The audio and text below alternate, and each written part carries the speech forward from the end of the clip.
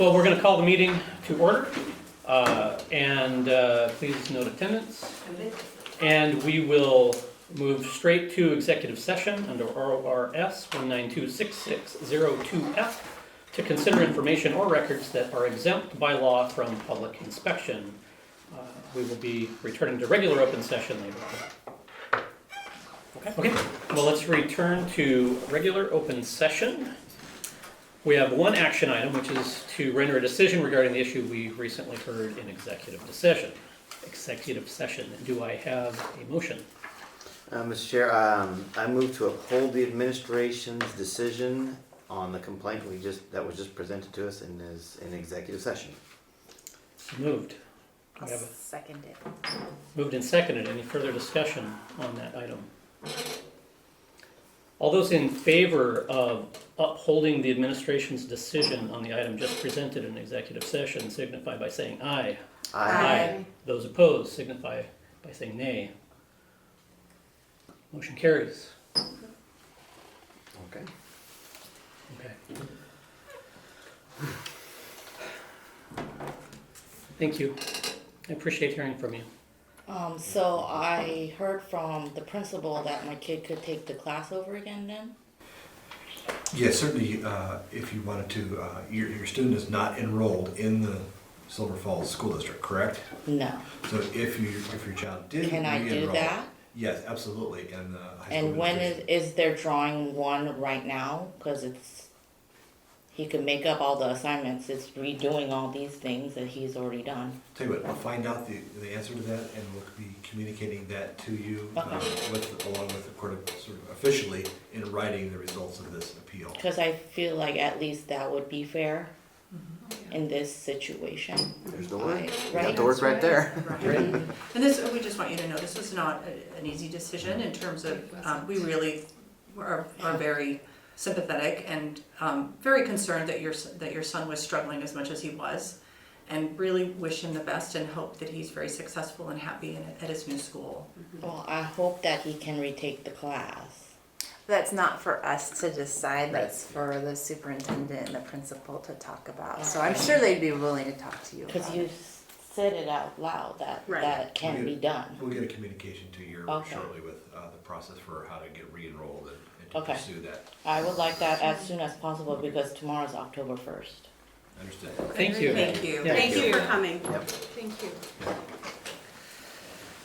Okay.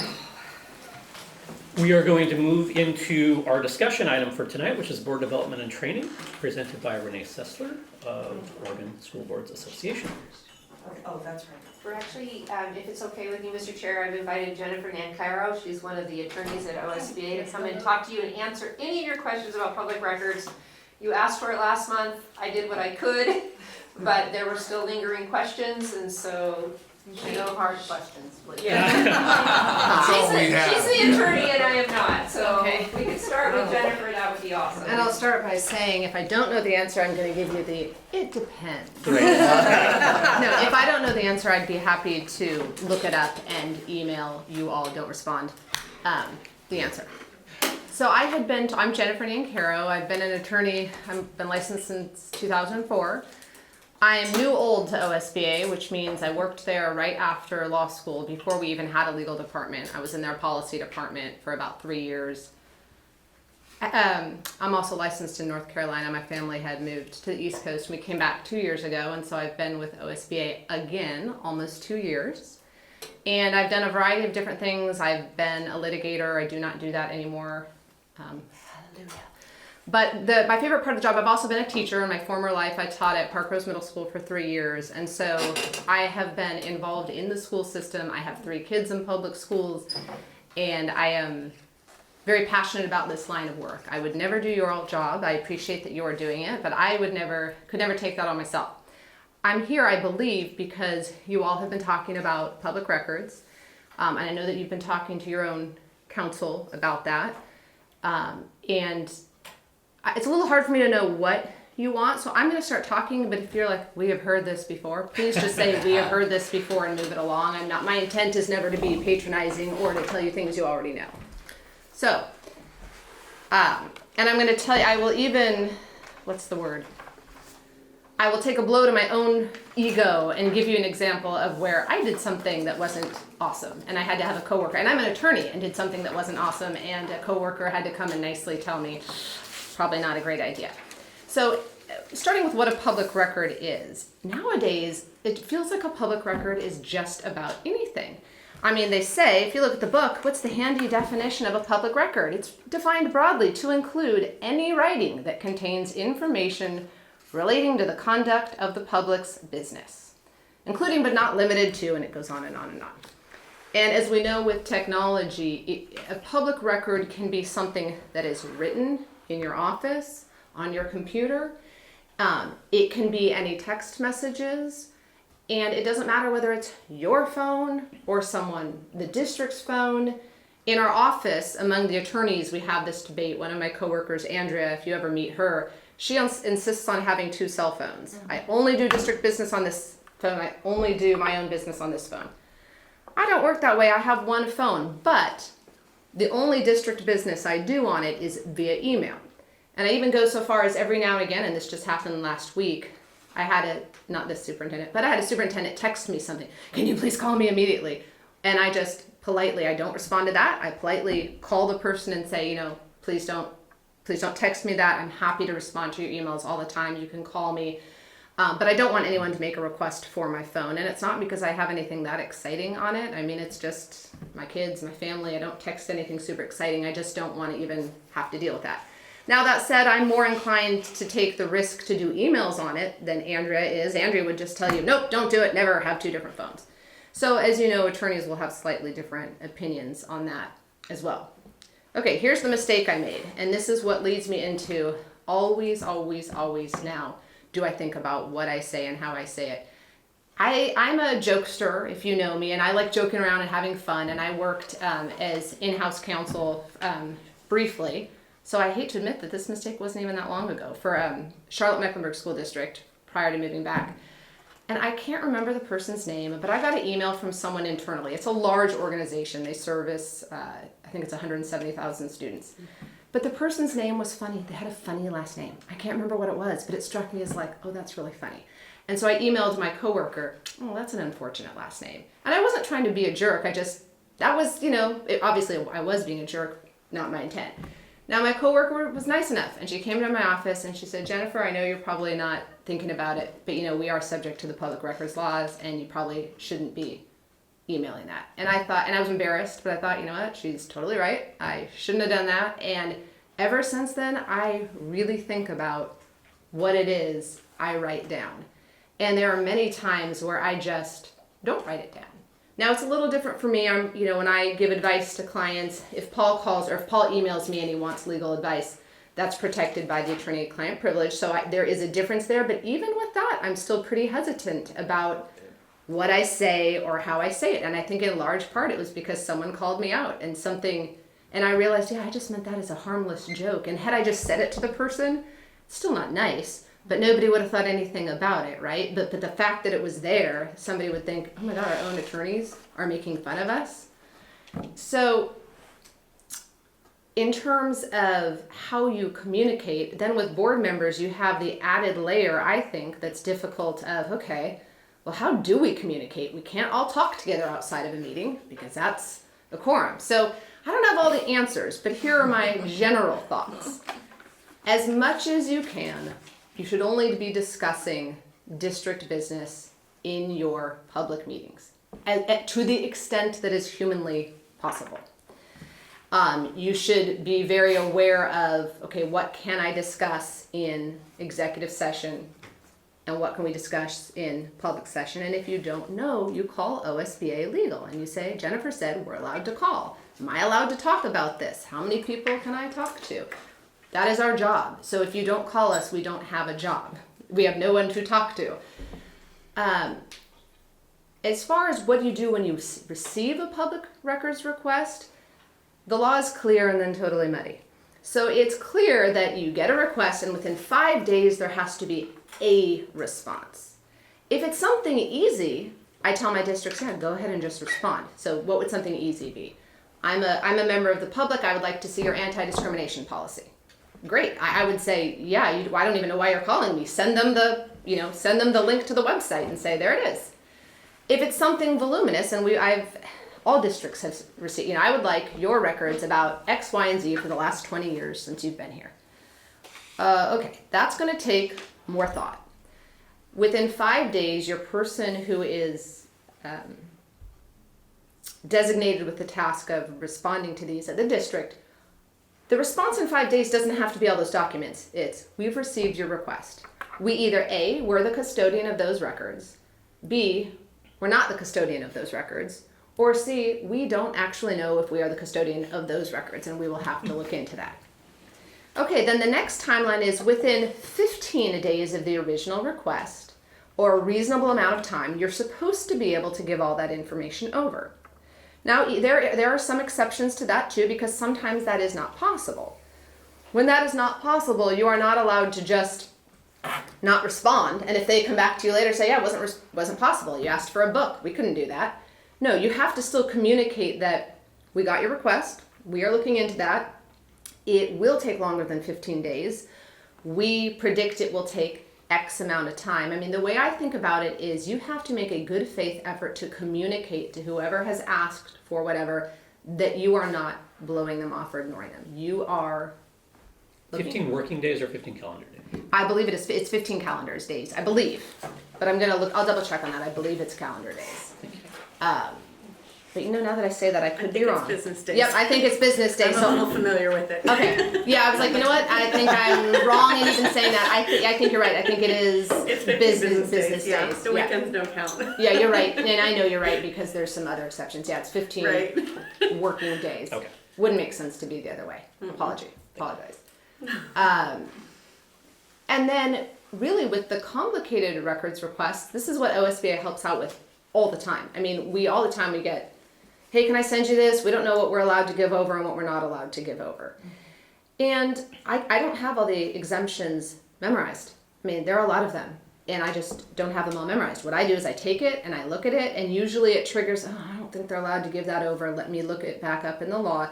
Because if you are going to claim an exemption, the law says you have to tell the person which exemption you are relying on to not turn something over. You also have to tell the person that we're not giving this to you, but you have the right to seek review, right? They can go to the district attorney's office and the district attorney can say, yes, you have to give everything over, no, you don't have to give anything over, or you need to give some of that over, and some you don't. And the advice an attorney will give you will really depend on the situation. If it's something that I see that I think you should be transparent about, I'm going to say turn it over. If it's something I don't think you should be transparent about, I'm going to say don't give it over. And then there's somewhere I'm going to say, look, this is the pros and cons, and maybe they'll make you turn it over, but I wouldn't start there. Now, I don't give that advice because I think boards should be opaque, and so that no one can know what's going on. Obviously, public records law, public meeting law is designed to be for the public to know how their schools are run. But that said, I also know how the news works. I know how, just like in any job, I barely can understand what my husband does, and he just does human resources, right? So I understand that sometimes when you give information out without thinking through it, that people read into it different things, and they don't know the whole story, and you might not be able to give them the backstory. And so then they're just going from what was released. There's a really big spiel for you, but do you all have specific questions to that, with that? I've got one. It's Yeah. pretty straightforward, maybe.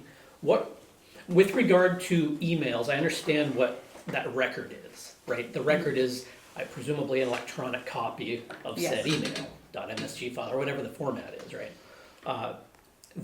But with regard to texts, or perhaps a string of back and forth texts, what constitutes the official record? Well, the correct answer would be the text itself. But then what you're really asking is, okay, you're not telling me anything, how do they get the text? And I think a court would expect to see a snapshot. Snapshot. I did divorce law for years, and I loved texts. Like, yeah, get it rolling, give me all those snapshots Right. of that. Now, I mean, there's always arguments to be made. Texts can be altered, but yes, I think the record is a snapshot. I don't know that we have a court decision on what the record actually is, but I would tell my clients, take a snapshot of the text exchange, take as many snapshots as you have, so I can, so a reasonable person can line them up and read the exchange, and I think that's the record. Okay. And But following up on that, if the records request, well, I'll have to keep for another time. Okay. It's it's not easy always. And I think that when I say, and I'm not joking, that I don't want your job, I really think when you're on a school board, you're there because you're interested in education, I assume, and you want to make the schools in your community the best they can be. And so the problem isn't that. That's awesome. The problem is everybody has a different idea of how to make that happen. And we don't. And I think the biggest advice I give to school board members and to superintendents is remember that you always have to put the district ahead of any of your own personal ideas. That doesn't mean you shouldn't bring your personal ideas and try to get things to happen that you want to happen. But at the end of the day, you all can leave here every night and hate each other or love each other, and that doesn't really matter, right? It has to come back to the job and how do we get this school to be the best we can be. And unfortunately, some of that is watching what we say and how we say it. And the other big reminder, because I get asked this a lot, is, well, what if I use my personal email to email about district business? Then it's still, I am asked that a lot. I haven't been asked that from you, and that my answer is that is still then a public record. And it kind of doesn't matter the vehicle. If you are discussing Silver Falls School District business, I don't care the vehicle the vehicle you use, it is a public record. So, don't always email. Don't always text. Talk to one another within the parameters that you can. And I'll let Renee deal more with that and quorum and all that. If she wants to talk about that, I'm going to punt that. Are there any other? So basically, if it's documented in some form, whether it be text, email, written, or however, sticky notes or whatever, it is public record. I Yeah, mean, if it's within, yeah. Yeah. I mean, so if I start using my phone and I start texting, let's say I text my boss and I say, I went to Silver Falls, they were so mean to me there, and we were talking about public records. Now that's a public record. Right. But if I text my boss and say, or a coworker and say, hey, after work, do you want to go? We're all going to dinner at yada yada. Do you want to come?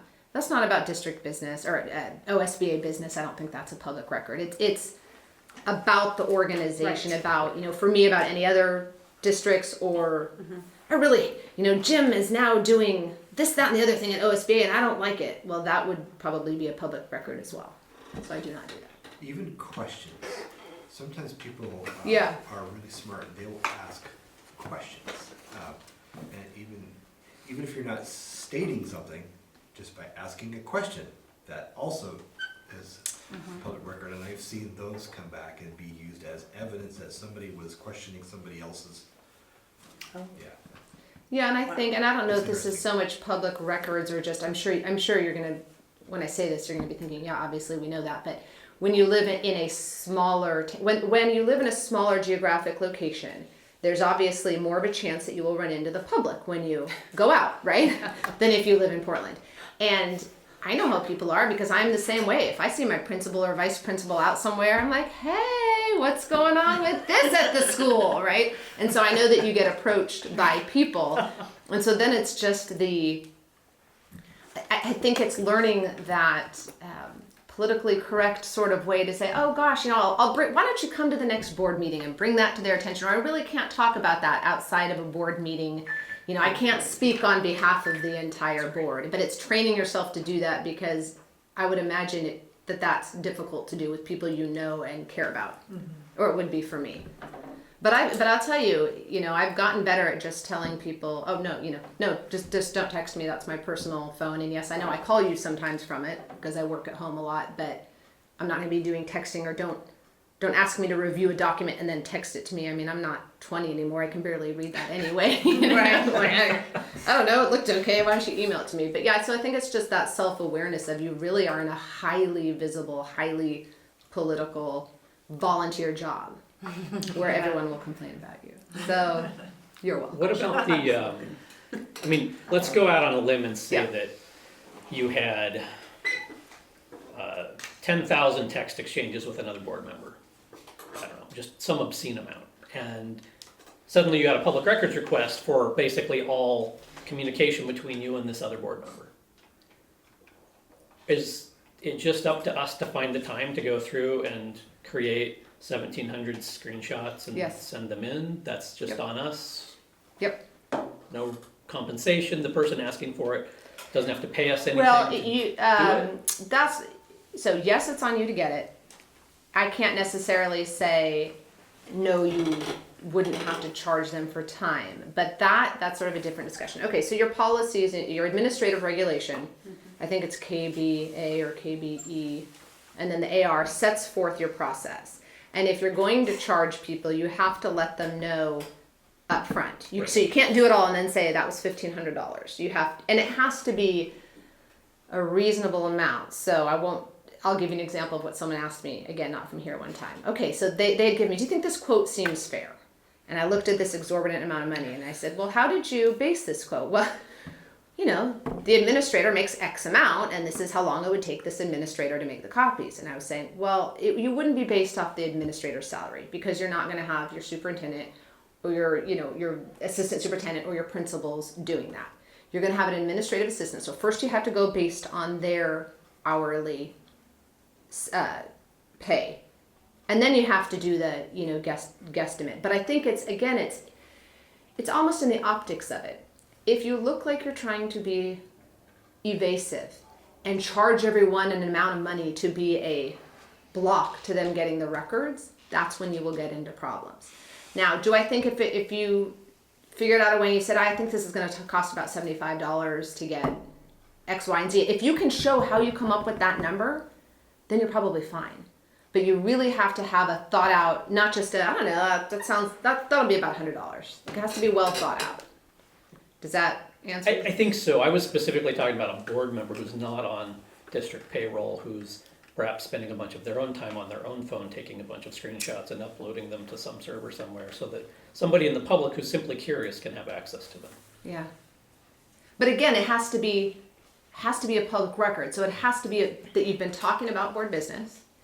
And I hesitate to say this. No, you are not allowed to just delete public records. So please do not leave here and tell everyone the attorney said we could delete all of our records. You cannot.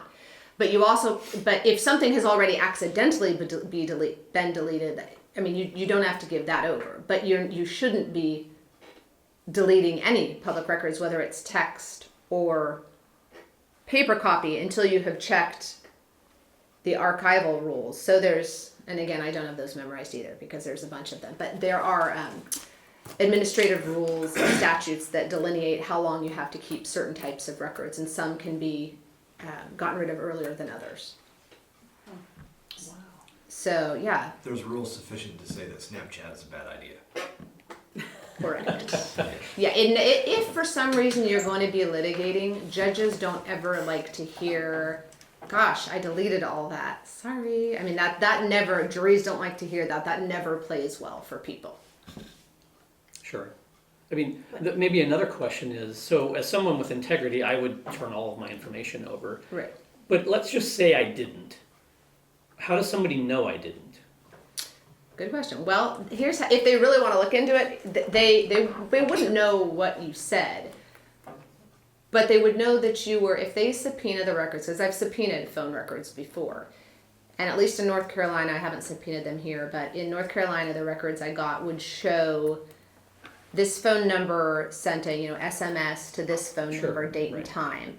So they might not know what you're saying, but they know you said something to the other board member, and maybe you have 100 texts between 8:05 in the morning to 8:10 in the morning. Right. So you're right, they may not know exactly what you said, but they have enough where it doesn't look good for you. Okay. It seems like everything is out there nowadays. It's not that hard to get that kind of information. I don't know if the providers in Oregon are storing what we all say. Gosh, I hope not. I don't want mine. I don't want mine out there either.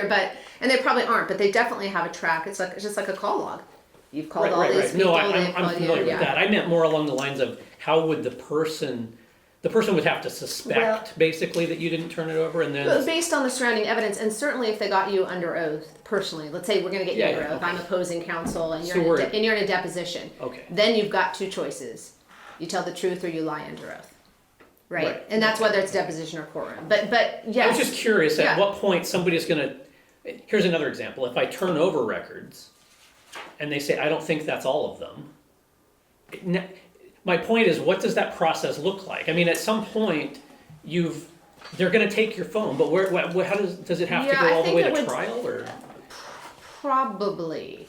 I mean, I think where it would happen would be in trial, and it might be one attorney filing what's called a motion to compel. I mean, this is what's done with discovery. If I don't think you as the other attorney have actually given over what I've asked for, then I file a motion to compel. But are there dishonest people out there? Like, 100%. So you don't always get what you're asking for. But a lot of the surrounding circumstances, it's like when I talk to a district about a problem, and I can think of one right now. I can't tell you the problem. There's a problem. One person is telling me, well, this is what we said. This other person is saying, no, we never said that. So I'm already going, I think we have a legal problem because you all can't agree on what was or wasn't said. So I think it's that. It's looking at the surrounding circumstances. I have a question. Yes. Executive session requests. When someone wants to have a public records request from executive session. That's happened quite a bit Yeah, I think recently. So I would And never what is just the- hand those over. I would Well, of immediately go to your course. Right. You'd But- immediately go to your counsel. I think most of that you will probably be able to exempt, because if you're going, I mean, if you're getting into executive session, the whole point of that is so you don't have to be in public. Right. So if you just had to turn over everything you Right. did in there, that would be a problem. Right. So I'm not going to say there wouldn't be an exception, but for the most part, I think as the attorney, you're going to be looking for any possible exception, because I'm going to go under the theory of, if the DA says we have to turn this over, we will of course turn it over. Right. But I think that I can't imagine there's many times where there wouldn't be an exception. What are our record keeping requirements for executive session? What type of minutes do we have to keep? You have to keep the same minutes as regular session. Okay. So can the public request those minutes from executive session? I- Request anything, but the question is. Right. Well, okay. I I'm think just that's making sure that this is in public. So I the think that's where I explanations in would have public. to see. I would have to see what notes Yeah. you took. So Right. because if it just, let's say your minutes said, and maybe this is something you can speak to too if you have something to add. But let's say you said your notes was just trying to think of discussed a employee complaint. Right. Well, I don't care if someone knows you discussed a employee complaint. But then if it's discussed this specific employee complaint about da-da-da-da, then I'm going to go back to the exemptions and say, okay, is there a way that we can exempt that out? Yeah. Because if it's the actual person's name, you can't do that. Or a student to Well- a certain degree, right? I mean, you can't release that. You would look at the circumstances. Yeah, I would not immediately release it. Right. In all Okay. likelihood, I would say, no, we can't give that over. Right. The DA might say, oh, yes, you can. The Oh, public okay. interest outweighs these, and Ah. yes, you can give that over. But I would probably start from a place, I mean, this is very general because I don't know what Right. specifics, Right, but no, I would probably just- start from a place of right. like, ooh, I do not like that. They were in Mhm. there for a reason, Mm-hmm. so I need to find a reason. Mm-hmm. What if Compelling there, enough. what if there was an executive session and unfortunately it went off off topic, and it became something rather adversarial, and then it was suddenly removed and all that. I mean, I guess what I'm saying is there's probably those who have used executive session to share or say things that really weren't on topic. So, and would the person in that executive session then say, whoa, that was unacceptable, this is ridiculous?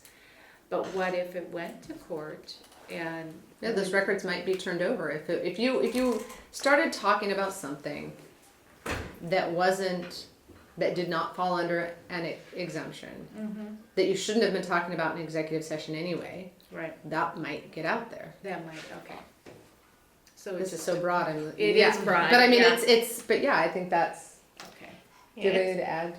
It's really easy to slide off topic in executive session, and so it's incumbent, I'm gonna point to you right now, the chair, to pull it back in. Nope, we can't talk about that. We stated we're coming in for this purpose and we need to remain on this purpose as well. Some boards give that authority to the board secretary. So if you're starting to slide off track, Debbie could then jump in because usually the board secretary is always Right. present. Are you sure you want me to write this down? Yeah, and say, you're getting off topic here, you know, we listed this statute to come into executive session, we need to stay on it. And so generally, and just a gentle admonition like that is enough to like, oh yeah, that's right, we can't go there, and we stop. And if there is nobody holding the board accountable and you do slide off, that could become known. And it may or may not be a liability to you, depending on decisions made by others Right. outside of this room. So it's the Oregon Ethics Commission that's going to investigate, if they choose to investigate, any executive session violations. Oh, okay. Now, they wouldn't determine whether you release records or not necessarily, but they That's would. the interplay. Yeah, you're absolutely right. Yeah, so if somebody accused the Silver Falls School Board of violating executive session in some fashion, and they wanted to make a formal accusation of that, they would file that with the Oregon Ethics Commission, and then they would do their thing.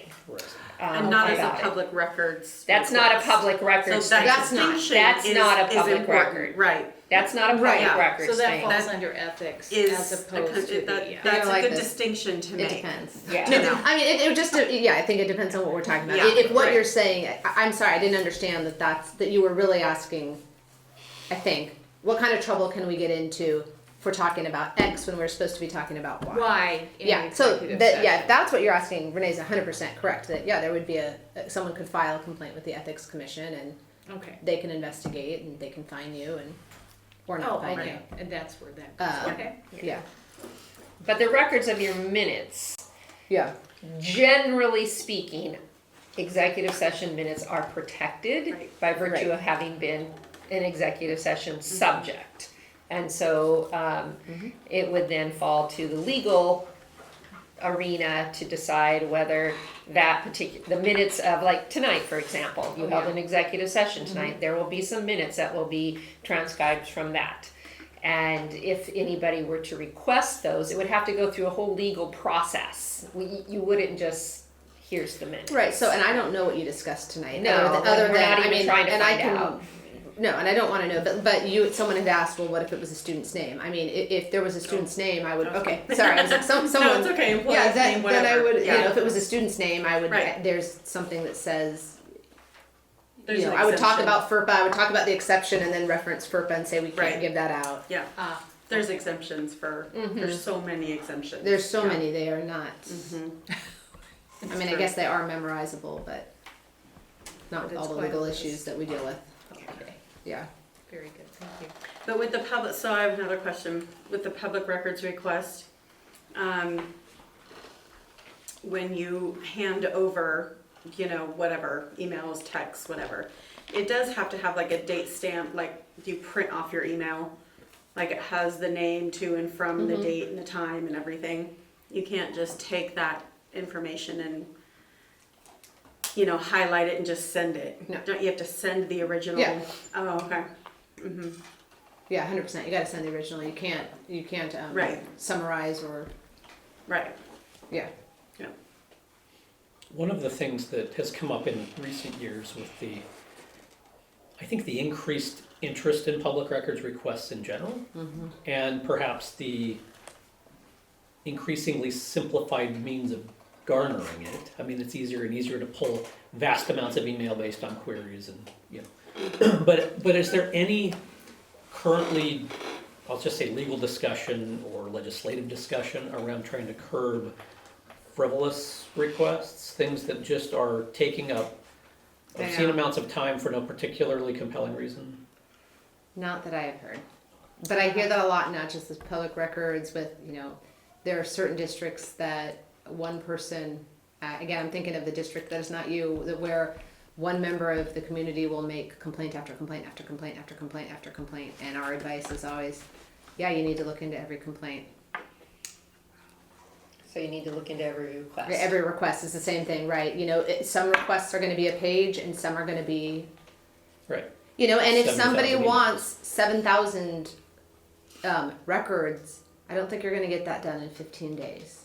And it's probably going to, that's when you're going to be like, okay, and it's not about scaring them off. It's, let's take a look realistically at what this will cost. How do we get this done? We will get it done for the person, but it's going to take 40 hours. I don't know what you pay, but whatever, $15 an hour, what's the math on that? And you send that to the person.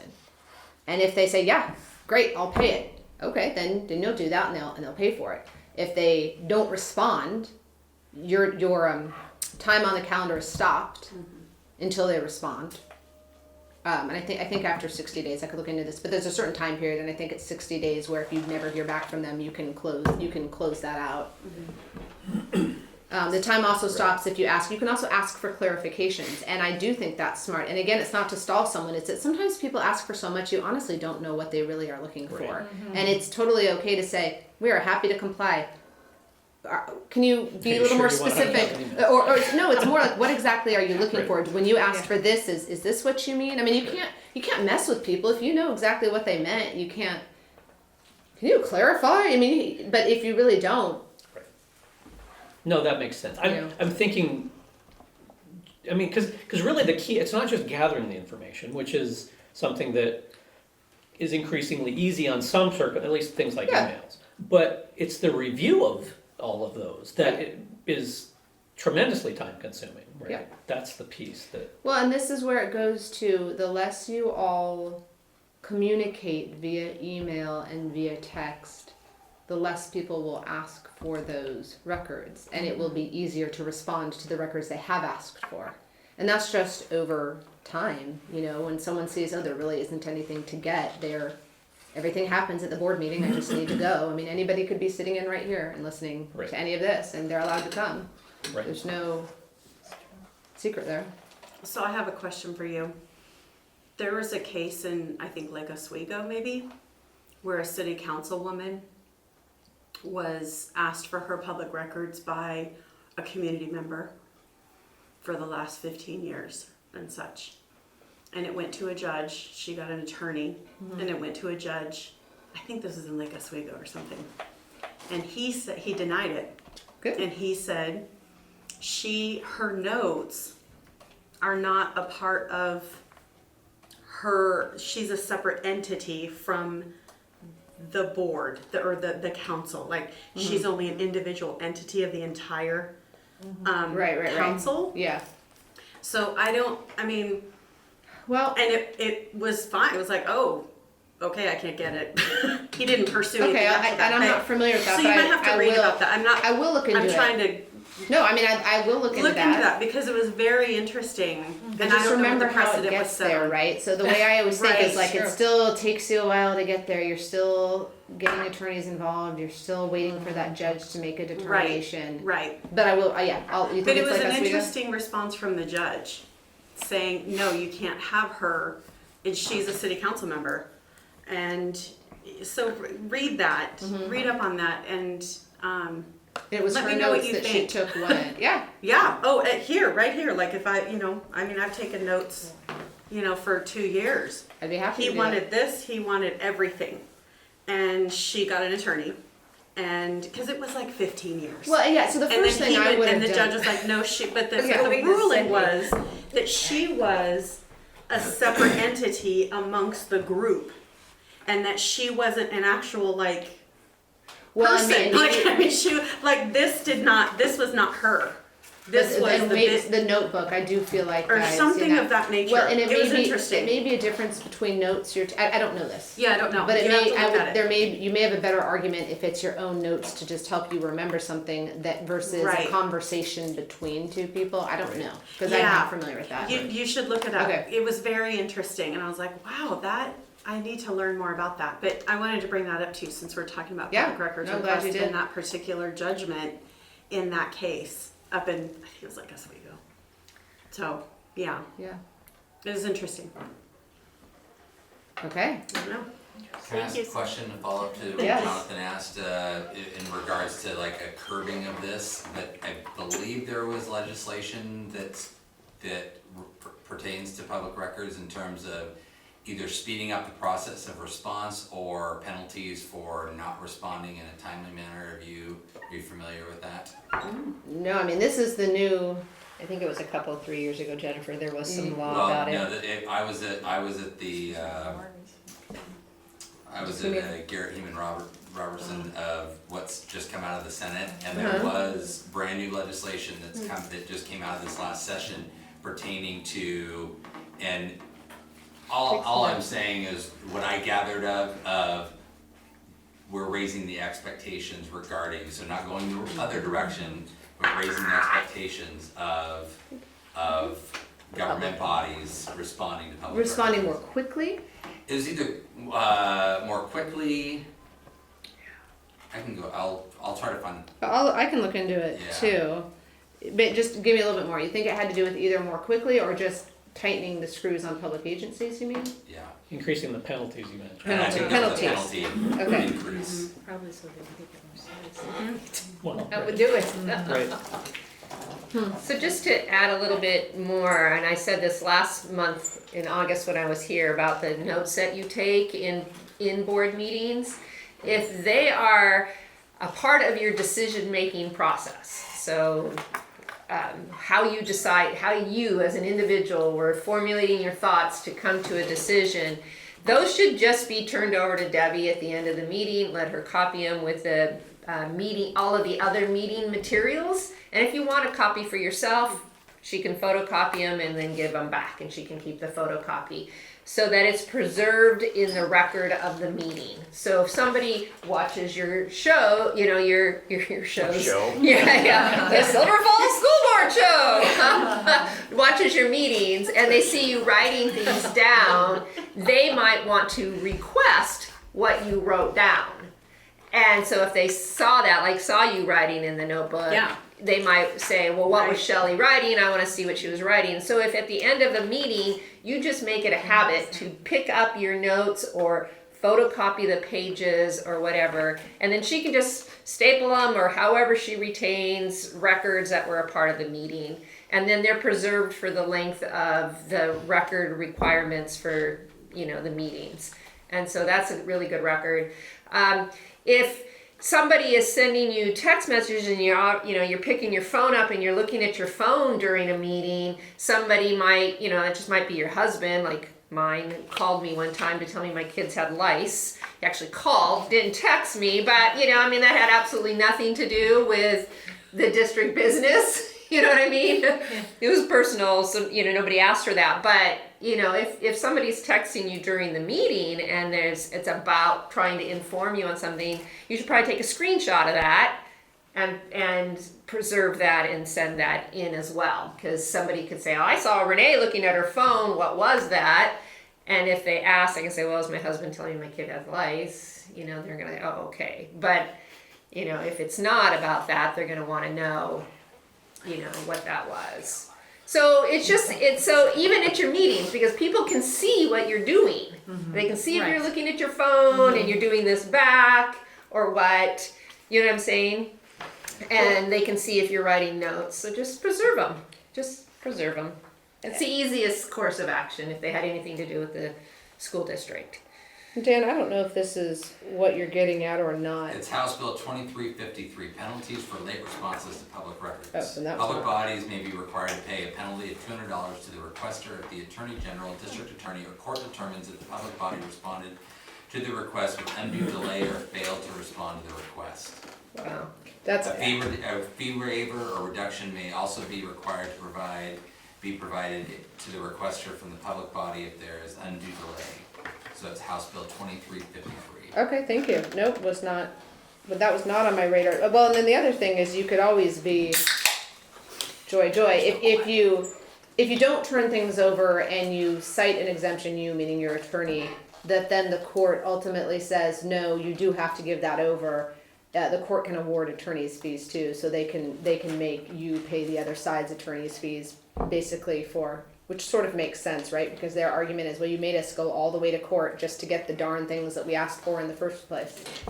So there's all types of pitfalls, but there's a time and a place. Sometimes you still have to make the argument, right? Because the risk of attorney's fees might be better than the risk of the lawsuit that someone else is going to sue you for if you give away certain information. But it also has to fall under the criteria of the public records request. Yeah, So what is a there has to public be, there's a criteria.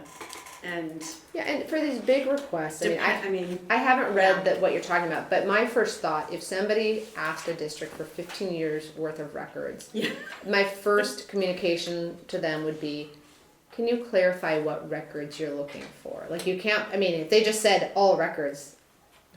it's a fishing expedition, isn't It it? is, but they're allowed to by law, right?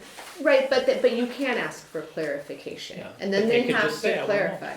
No, I don't think they can. I don't Oh, they think can't. that's clarified. Well, I think they can say that, but I would argue that's not clarification. Think of all the records a district keeps. And we wouldn't give are you going to make us categorize them and list the exemptions? We're not going to give you student records. Those are protected by FERPA.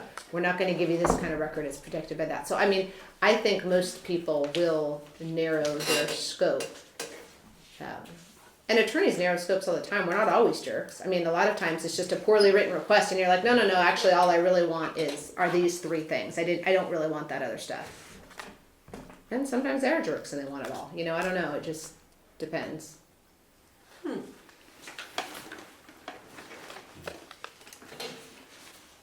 Okay. That was a terrific 5 minutes. Good.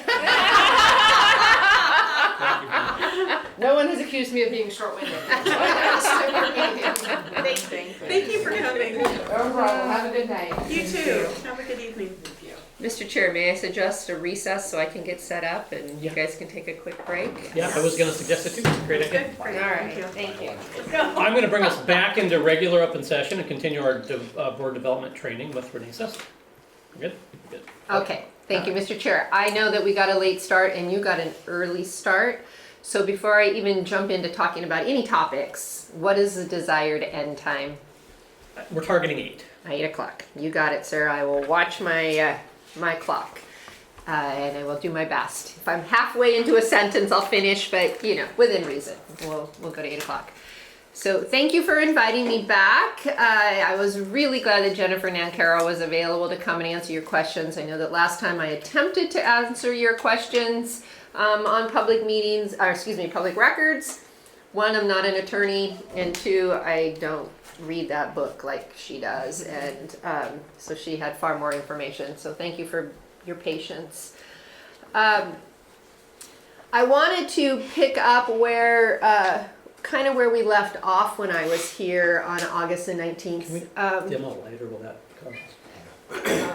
So one of the things we had decided to talk about last time was the individual board member authority and put in their request for information. This is not public records requests. These are board members asking for things, just to clarify.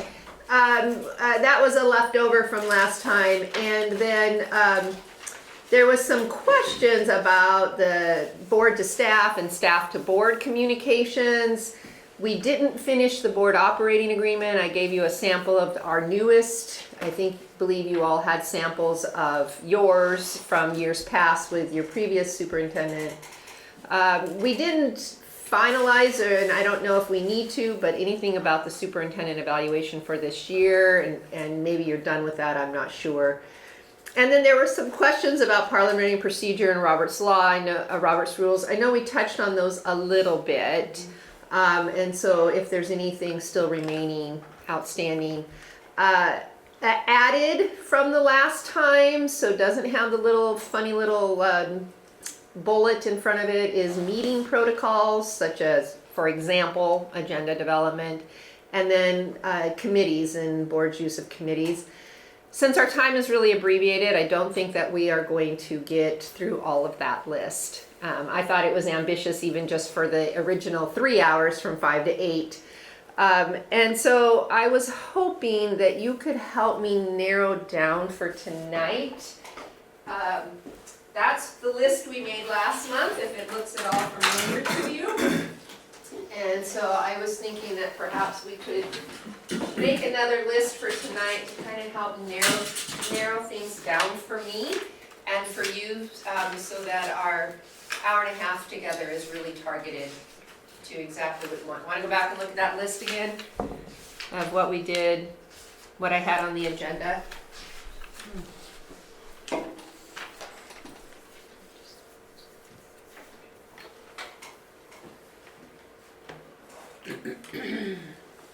Or something. I think the that's top not- two for me are important. The top two? So, I'm just gonna write top two, I'll know what that means. And even if there's something that you just have a lot of questions about that aren't up there, I'm willing to entertain those too as far as on the list. So I don't know, the top two for me are important. Also, the parliamentary procedures, Robert's rules, and then, meeting protocols and committees. I know that's a lot, but I just want to give you all of them. Just because you never know who's gonna. She's getting it out there early. You never know who will agree. So, or what comes out with the most popular. Yeah, so from doing hash marks, then if there's a hash mark, there's another there you mention. go. Yeah, There's right. another mention Yeah. of that. So we could narrow it down to who likes how many, right? Yeah. The most popular.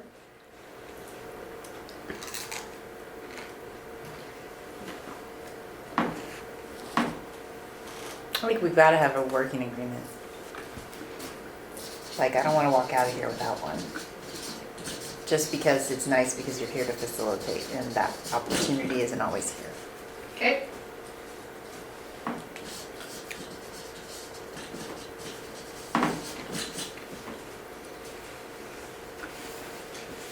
I'll put a hash mark next to committees and meeting protocols. I mean, I think they're all good, so I don't have any problem with any of the others, but those would be. Ditto.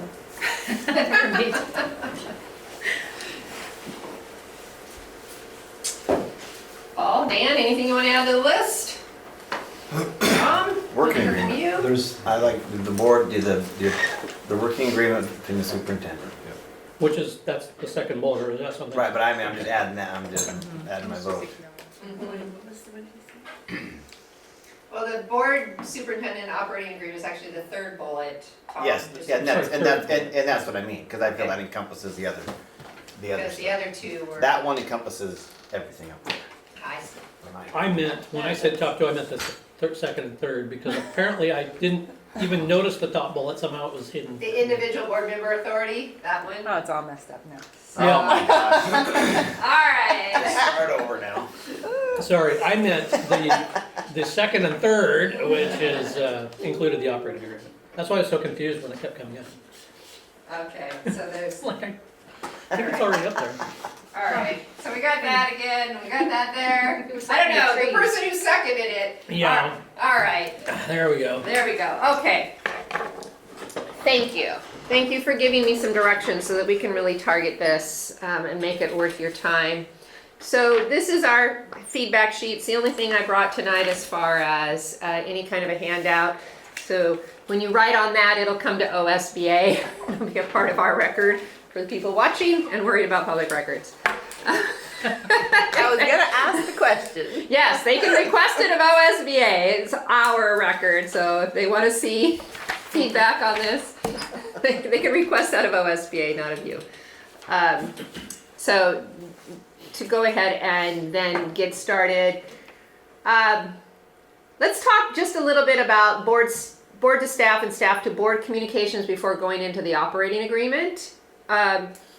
And it stems in part from, I'm gonna get to this right here, this policy is really kind of your guidelines. So when I was here last time, there was a request for healthy boundaries. I remember those words, I wrote them down on the paper. Basically, if the board wants to say something to staff, they tell Paul. And then that message gets communicated down to staff. If staff want to say something to the board, they tell Paul, and that gets communicated back up to the board. Now, Paul may request a spokesperson from the staff to come and sit here to just tell you themselves, but access to you, according to your policy, this is in the B section, this is your policy, you have said that's the way you want this to work. So if individual members of the staff are approaching individual members of the board, just because you're on the board, you're not their neighbor, you're not their friend, your kids don't hang out together or whatever, but they're coming to you and say, hey, I think the board should know X, then you need to direct them as an individual back to this policy and say, great, we have this policy. And if you believe that the board needs to hear this, then the entire board needs to hear this. I can't carry your message to the board on your behalf. That violates the policy that I took an oath to uphold. So our policy BG is, if you want the board to know something, please take that to the superintendent and he will facilitate the process to get that to the board. And likewise, individual board members wouldn't be going into district facilities and saying, oh, the board would like for you to do X. Now, if the board has already voted on something, made a vote and decided this is something we want to have happen, we're going to late start or early release or whatever, so that teachers have time to facilitate and work together and plan together, and that's a decision of the board, then you don't need to have to go into schools and tell people, hey, the board wants you to take Wednesday afternoons and collaborate with each other, or whatever the case may be. He'll do that. He'll take that message. The board decided, early release or late start, or I'm just using that as an example. He will then take that message to the staff. And then when you go to visit schools, down there you have the last section there. You talked about that if you're going to visit schools, they're informal expressions of interest. They're not inspections. You're not supervising anything. And people are going to know you're coming before you show up. That's, what you've agreed to. Was there something else in that request about healthy boundaries and board to staff and staff to board communications that I'm not addressing? I know that I've sent out some emails to Paul, and then I've CC'd a person that might be in that department. And so are you saying it's just more proper to go through Paul than to, Right. Because I didn't know the information, and I wanted to know, anyway. Is it just better to go through the superintendent and say, I would like it? So this is an individual member of the board rather than the board. Oh, right. So see, there's a distinction. So policy BG is about the board. Oh, okay. So if the board wants to tell the school, hey, we're going to give you Wednesdays as a late start or whatever so teachers can collaborate, the board has made a decision, that information is then filtered down through the superintendent. Hey, we're going to have late starts on Wednesday or whatever so teachers can collaborate. That's a decision of the board. And if individual staff members are approaching you because they think the board needs to know something, they need to go through policy BG because the whole board needs to hear it. Individual board members is a different policy and a different practice. So you have this policy BBAA about individuals. And inside of that policy is information about requesting information.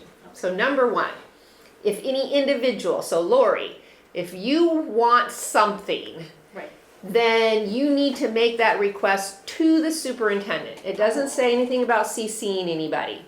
Okay. And then that request, he will facilitate it and he'll get the answer not only to you, but to everybody else on the board. Oh, okay. if it's a request for information. And if it's going to be something that's arduous, like a big request, and it's not something easily that he can just pull out of a file and send off to somebody, but he's going to require some research and time and whatnot, then he'll bring that to the entire board on an upcoming meeting agenda. And he'll say, I got a request from Lori. She wants this information. It's going to take me so many man hours, you know, and whatnot to pull this together. Whole board, do you want me to use our time that way? And then the board would decide. And again, this is your policy, and this is what you've agreed to. Paul wants to interject. I just want to restate in my words what I heard you say. Okay? So correct me if I'm wrong. What I heard you say is that if an individual board member emails me and wants something to be done or whatever, I am not compelled to do so. Correct. Unless it goes to the full board, because the full board then directs my time. Right. So Paul does not have six who are here. Paul does not have 7 bosses. Right. Paul has one boss. And that's the board as a whole, or a quorum or a majority of the board that votes and says, Mr. Superintendent, please go forth and do. And then you've directed him and he will go forth and do, because he knows who his boss is. And so he'll do what the board tells him. But he doesn't have 7 individual bosses that can direct him. But it also doesn't preclude me from saying, yeah, that's a good idea, I'm gonna do that. Absolutely. Yeah, it's kind of his prerogative if it's easy. So, right, you know, kind of what that is trying to imply is that, you know, if it's easy, fine, but if it requires additional expense to the district, you know, it's going to be a lot of work, then he's going to bring it to the rest of the board and say, hey, is this where we want to, you know, dedicate our money? Is this how we want to spend our money? Let me tell you how this plays out. Fast forward to superintendent evaluation time. Yeah. Board member says, Paul, I have asked you for 52 different things and you did none of them. How can I possibly evaluate you positively?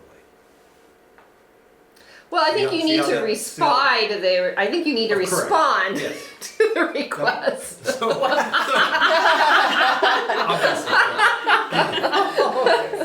But that's where Yes. things can then pile up, and then somebody has a high level of frustration because the 52 things that they requested over the last 8 months never got done. Well, if none of those were direction from the board as a whole, and that those should not show up then in an evaluation later.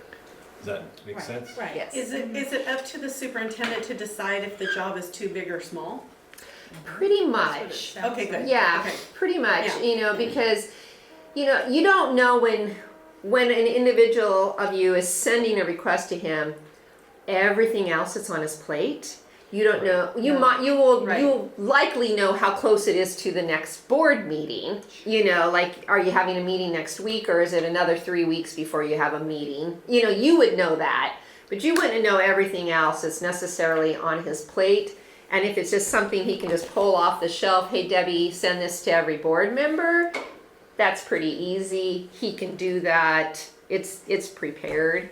But if he's going to have to prepare a bunch of stuff and pull things together and talk to teachers or principals or whatever, depending on the request, yeah, Right. you know, that's why he needs to be able to respond and say, yes, I can do this. No, I can't do this. I'd like to bring this before the whole board, you know, to make a decision about, and give him the ability to respond. And then you figure it out. Then you decide. And you do also, because board to staff and staff to board also includes administrators, this still is talking about individual, number 4 here, it's still talking about individual board members.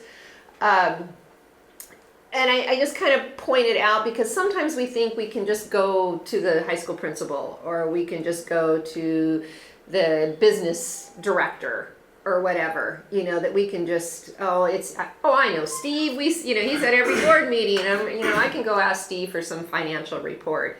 But here it says that you still have to, well, it says you may request information from the superintendent, but you're not going to interfere with what's happening in the schools. So that one's not quite as clear.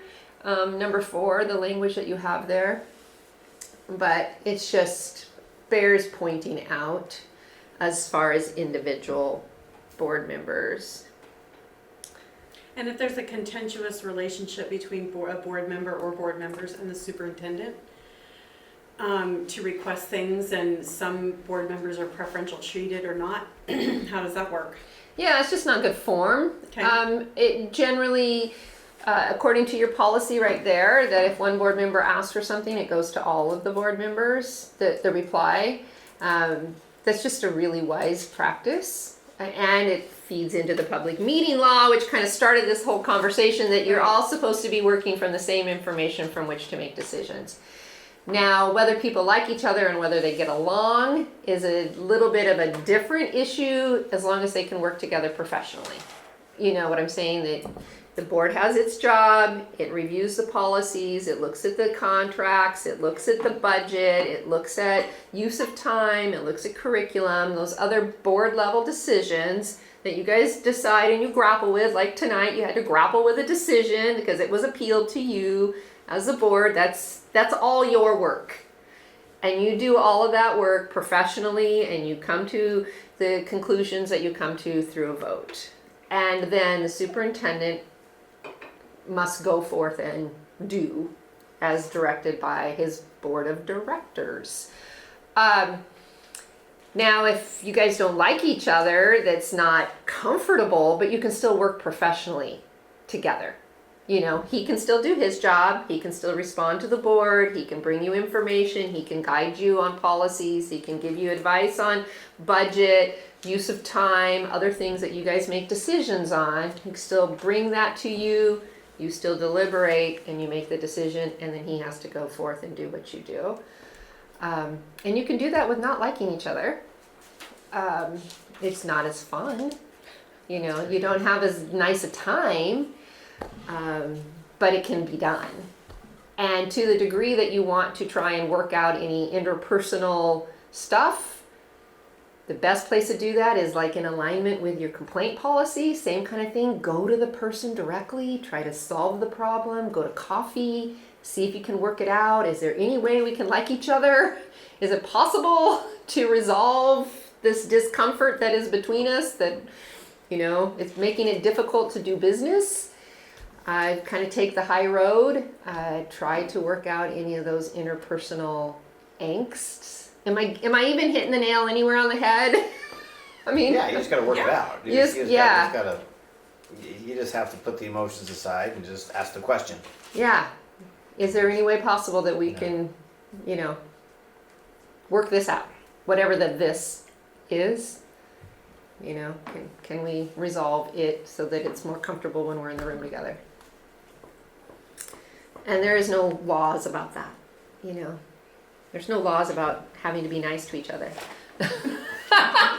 You know, we have laws. We can't harm each other, right? We can't inflict harm on others. There's laws against that. Could I ask a clarifying question that may, and Shelley, tell me if I'm getting close sure, to what yeah. you're asking. Yeah. You know, sometimes I will get somebody, working with 10 different principals, and I'll get a principal who will want something on the agenda for an upcoming meeting. You know, and my filter says, that's really a non-issue. Like, I know that's important to you, but I don't think it's important for 10 other people. You know, and so eventually I'll get to the point where I may do kind of a poll of, you know, how prioritize, you know, because sometimes I will be wrong. It's like, ooh, that 7 other people wanted that on the agenda, but other times they're not. So I don't know if there's a way to either facilitate that through the board chair about, you know, topics, because I do know that there's times where I think my agenda item should be number 1, and then I realize, oh, I'm the only person that thinks this is important. So, and then I take a step back and go, okay. Yeah. Let it go. So when we get to meeting protocols, we'll definitely talk about agendas in that particular instance. We can talk about for meeting protocols and how items are added to an agenda or whatnot. But I'll just quickly tell you that it is possible for administration to poll the board on topics. They can poll the board. They can call each board member and say, hey, what do you think about an agenda item on uniforms? We're thinking about bringing uniforms to schools. I like that one. I use it a lot. You know, and so you can poll each one and they can, to a person, tell you yes or no, it's a good idea. But you can't then share with the other board members, hey, I talked to Shelley, she doesn't like this idea of uniforms, but Jonathan, where are you? You can't do that.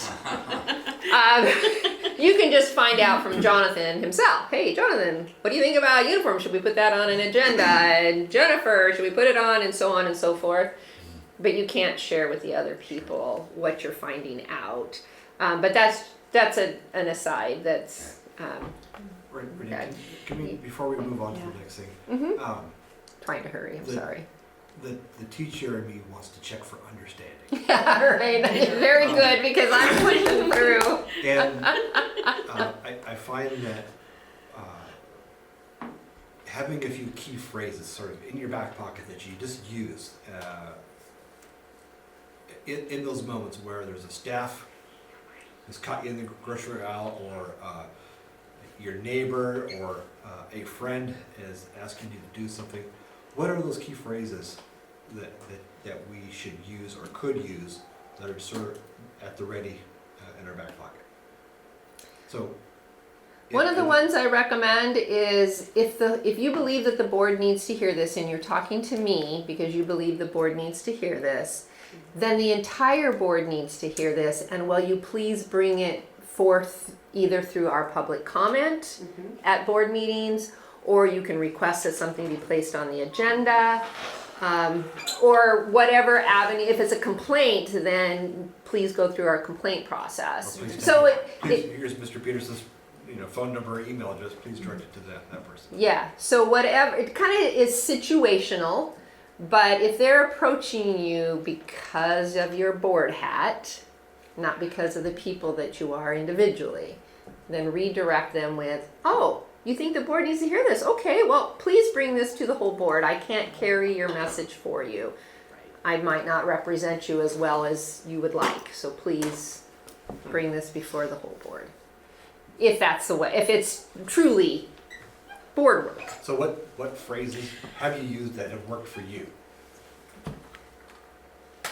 Thank you for coming to me.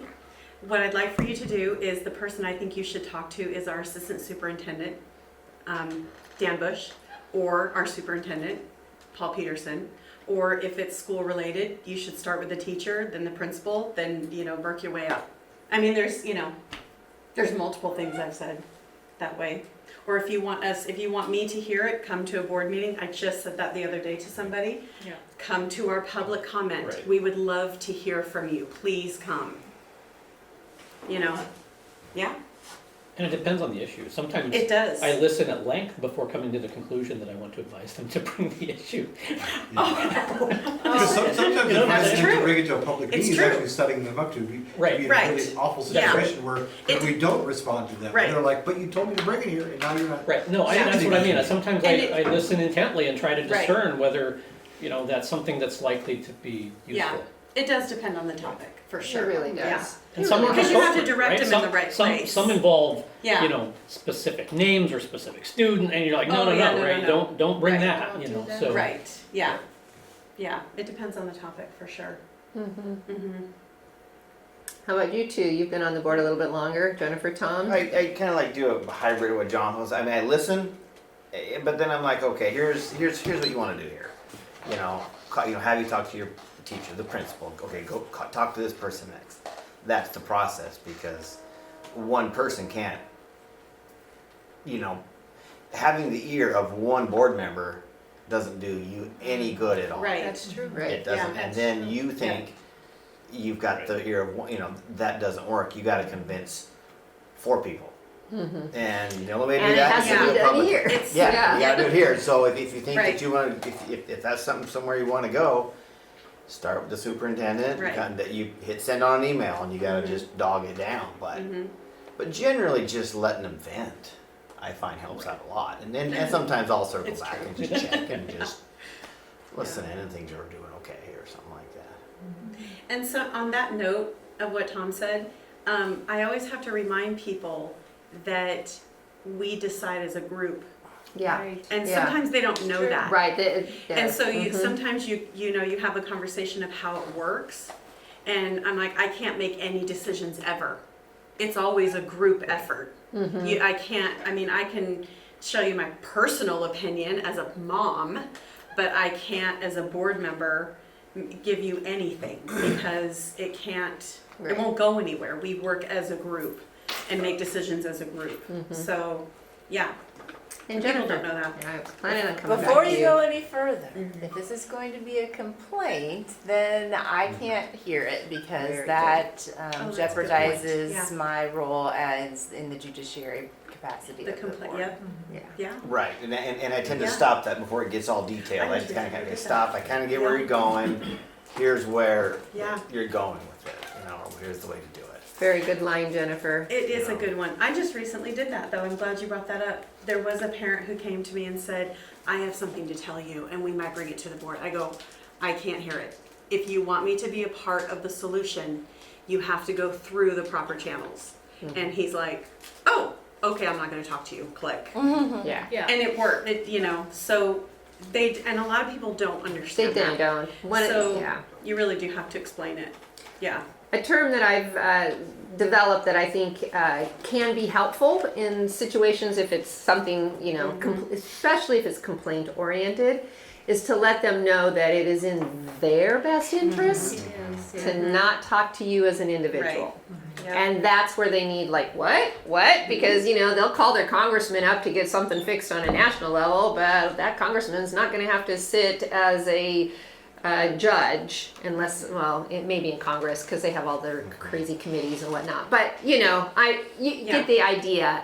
They're used to having a representative that they can go to their representative and their representative is going to share their interests, their special interests, and advocate on their behalf. And we're used to that in our American democratic society. I contact my elected official, and by golly, they're gonna pave that pothole in my road. They're gonna get that elected fixed. you to do Exactly. into that seat. So it's But that county commissioner isn't gonna have to sit as an appellate judge in the Right. capacity that you would have to sit in at appellate right. as an appellate body like you did tonight. So, it's your relationship with the public is different than other elected officials. You are more than representative. And that judicial role will trip you up every time if you haven't minded your P's and Q's. So, good job. Thank you. Yeah. So there was a lot of, there was some information about the working agreement, and when I was here last time, I distributed one that looks a little bit like this. This operating agreement where you can fill in some specific for the year expectations of each other with some given information up here. You also have the one that you have been working with. This is just a screenshot of just the first page of what you had been working from for the last several years with the previous superintendent that goes into a whole lot more detail. And I know because I helped facilitate this about 5 years ago. And I was the one that said, let's put in these policies and address these specific policies, like in that first number 1 under meeting operation. Whereas BCD and BDDC say this, therefore we're going to have this agreement. This one does not go as detailed as your previous agreement.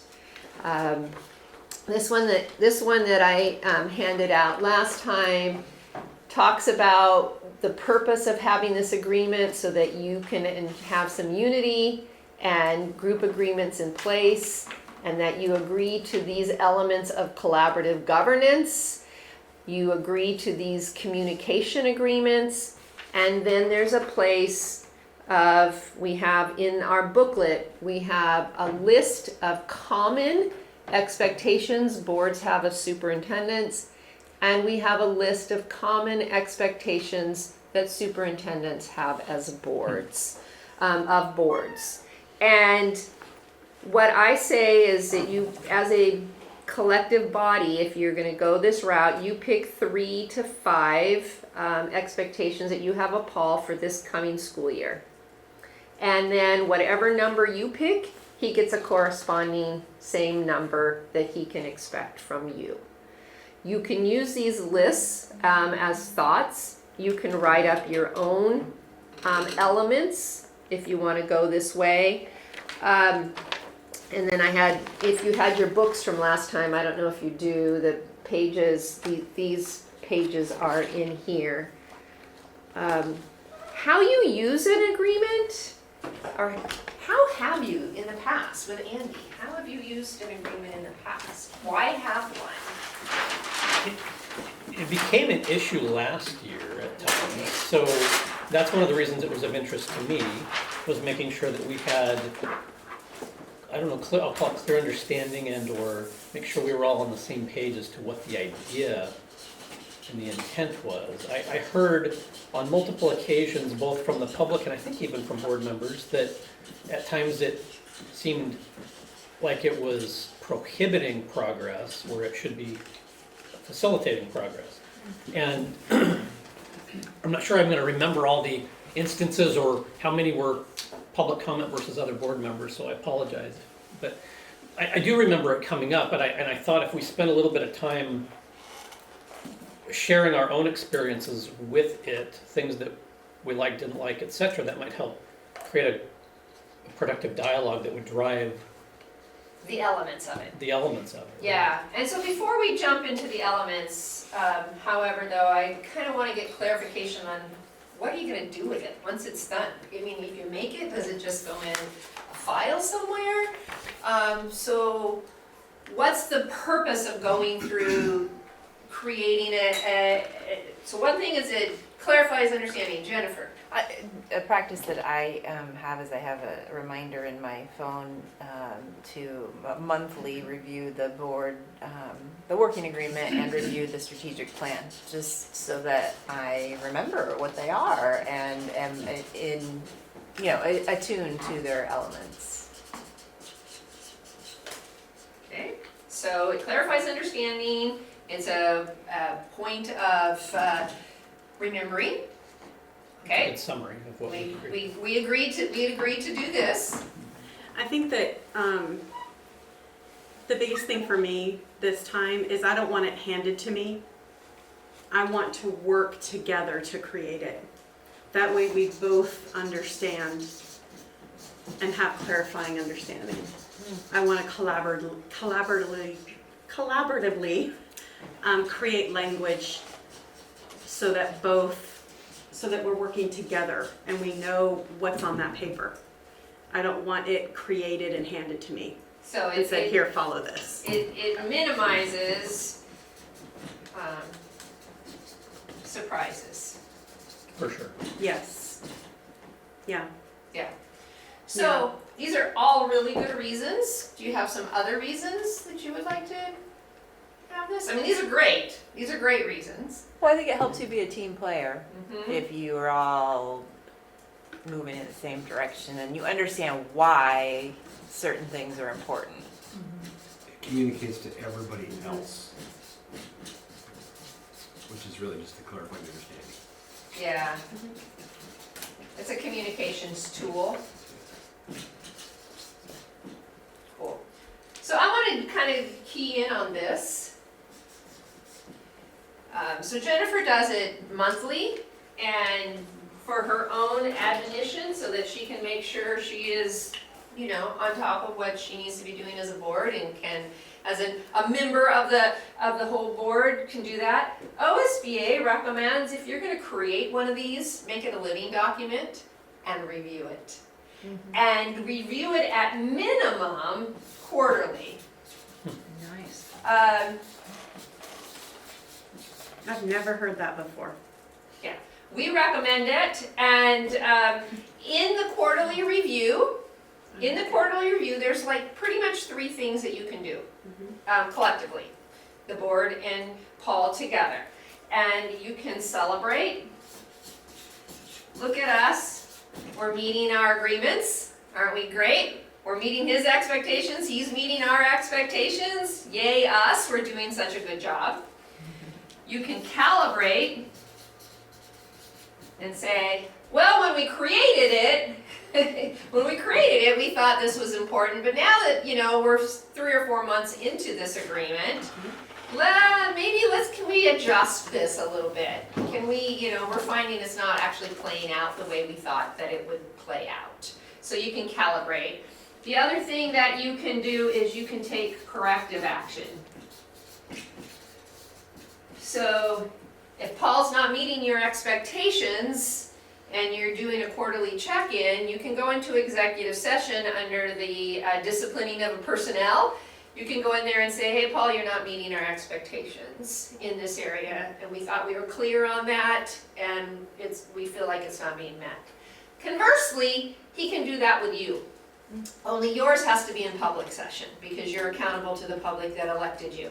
So if he's said he has his expectations of the board and he feels like you're not upholding your end of the bargain, he can then point that out in the corrective action area and ask, since you created it together collaboratively, can you please meet his expectations? So we expect it to be a living document. And actually get used. And it can, or it may or may not, become a part of the SOUP evaluation. That would be part of this collaborative part and talking about the superintendent evaluation, but it might be an element in there. I'm not writing it right. Super evaluation. EVALUAT. And there we go. So that said, getting this kind of clarity, do you guys see other ways to use it? Certainly if there's ever a problem, an urgent kind of problem. So if there was some blatant violation, you would want to jump right to here and not wait.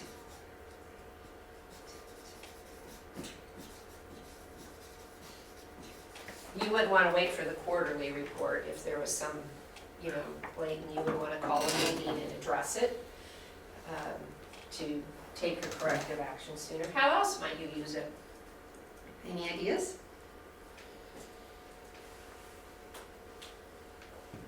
I mean, I think it's covered up there, but steering, responding to board members via email as a chair, I may refer to the board working agreement to clarify if there was any confusion. Yeah. So it can clarify, clarify. It's sort of, it's kind of implied, but it's, Yeah. Minimize confusion. set expectations, etc. Yeah. I'm gonna have to throw that other black marker away. It's just running, no, I got one, but just throw it away for me so I don't get it mixed up. Can I do that? Is that okay? I didn't see a trash can right here. So, because this is kind of. So that being said, if this is how you want to use such an agreement, now let's talk about the elements. Just a quick clarifying question. Absolutely. Because I'm trying to sort of wrap my head around why something like this is necessary, and what I'm coming to is it a way to understand essentially what's set forth in much more formal language in the contract, in the policies, potentially in the strategic plan, and all of these more formal documents that you have that you don't necessarily want to go to the contract or to a policy to figure out, well, what do we mean when we say such and such? That this is a more usable sort of layperson's understanding of all of those other things. Because at first, when I first heard that this even existed, I thought, well, why is that even needed? Because it's all set forth in other documents.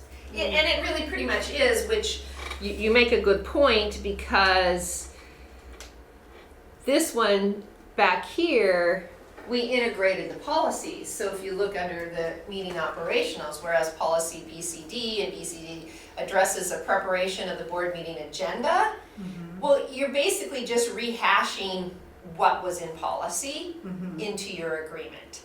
And so you ask a good question, is it redundant? Why do we even need this? We already have the employment contract with the superintendent. We already have policy that says how this board and the superintendent are to behave. We have our respective work. So yeah, why do we need this? And I think it just brings out of obscure policy language. Right, yeah. For this school year, this is what's really important to us. Right. And so that we just have an opportunity to talk through all of these kinds of elements. And if it's going to include actual timely objectives, timely by this is what's important to us this year and this is what we would like to achieve, then it does become much more relevant. Because I don't think that was part of the old one. It wasn't. No. So then it becomes really sort of an operational plan or, some way to kind of live. I find it to be much more relevant then. And that's part of why we've switched to something much more simplified in just some real basic, as a team, we're gonna work together like this in our governance. Because, yes, he doesn't vote and he's not elected, but he is definitely a member of the team. And you guys Yeah. need his input Sure. to do your governance. You need to be able to rely on him. And then how are you gonna talk? Well, and that doesn't, communication the pieces. nitty gritty doesn't say in the policy. Right. You know what I mean? Doesn't- Like the nitty gritty, like, It's you more know, we're gonna, detailed for sure. what's that? It's more detailed for sure. It is more detailed, and I find that, a little more comforting to know the details, about the intimate relationship, because we really are. We meet up twice a month, we might talk on a weekly or twice basis, so I think the nitty gritty language that's outside of the policy, because the policy is pretty general, is I think what this is about, is my thought. I mean, Yeah, and for Yeah. example, this is totally, but, this is editable. This is, Right. let's make this fit Silver Falls. When I was down in Roseburg, they added a fifth element to this one, and they added a fourth element to that one, because that was what they wanted to do, and it worked for them. So this is completely up to you, what you want in your agreement. But it really does help say, for this year, where this is what we're really prioritizing, you still have your policy. It has, it is unchanged, right. regardless what's in there. Yeah. So, thanks for asking that clarifying question, Jenna. Yeah, It's like the spirit of the law instead of the letter of the law, A little bit more, right. a little bit more human, a little bit more That's usable. actually perfect. Yeah. The spirit of the law. Yeah, right. Yeah. Yeah. So then the idea is, what's important this year?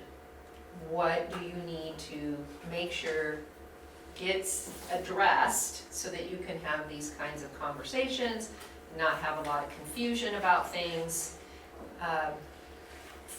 Yes, Jennifer. Can you put the OSBA Yeah, suggested one up there? Because I didn't bring back my booklet. And that has everything except for the elements. So that's all of this, it Yeah. just doesn't have these. Yeah. Okay.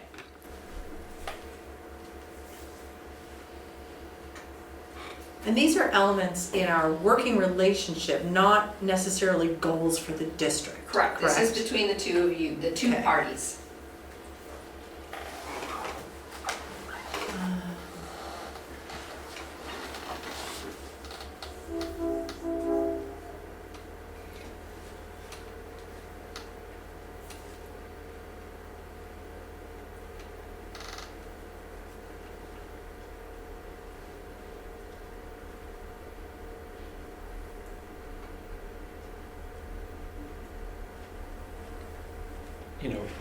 Rereading that, it seems, maybe it's substantively similar to ours, but it seems so much more straightforward. Mm-hmm. I mean, it really does, right? I mean, ours was 3 pages long, I think. Or more. I think it ended up being 4. 4 pages long. I mean, it's long, right? So this is just really succinct, makes the point that we're working together as a team. The other one felt, what was referenced with some regularity in the last year or two, I think there was on multiple occasions some contention about, well, that doesn't make sense. Why would we have to do it this way when, yeah, anyway, I don't want to get into all that, but this is so much, I think, more just, Janet's point, it's the spirit of what we're trying to do rather than points of contention that can be, you know, litigated. Yeah. So, Yeah. Much cleaner. Yeah.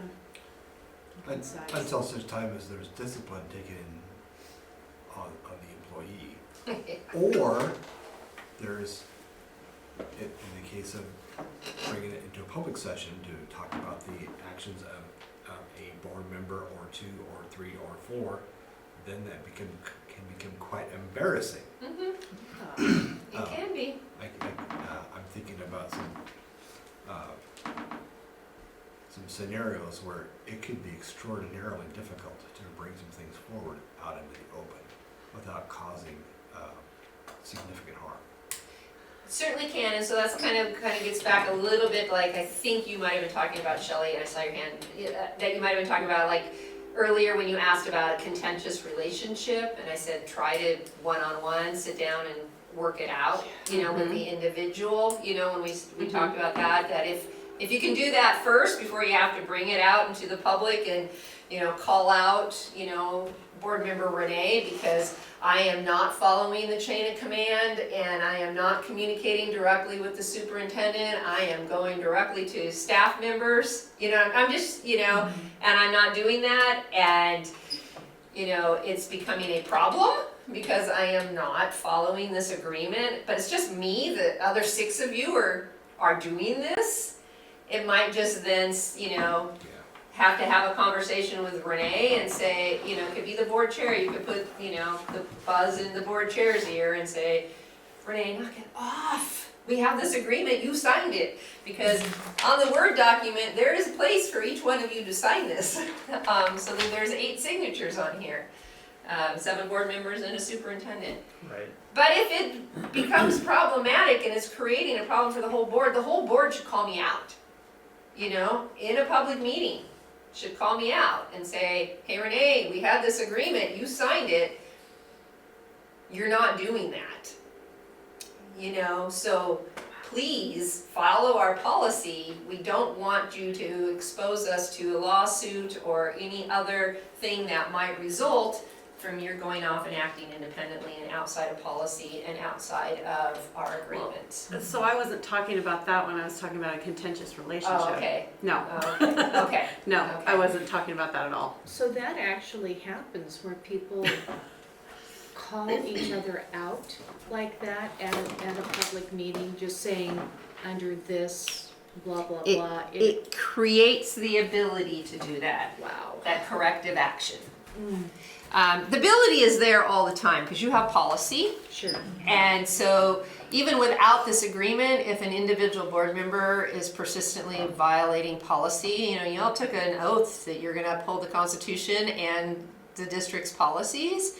And if you're not doing that, not you personally, if it's not being done, then it could create some kind of legal liability for the district or the board. I don't know what the situation is, but there could be some exposure, and the rest of the board's going to want to separate itself from the behavior of the offending board member.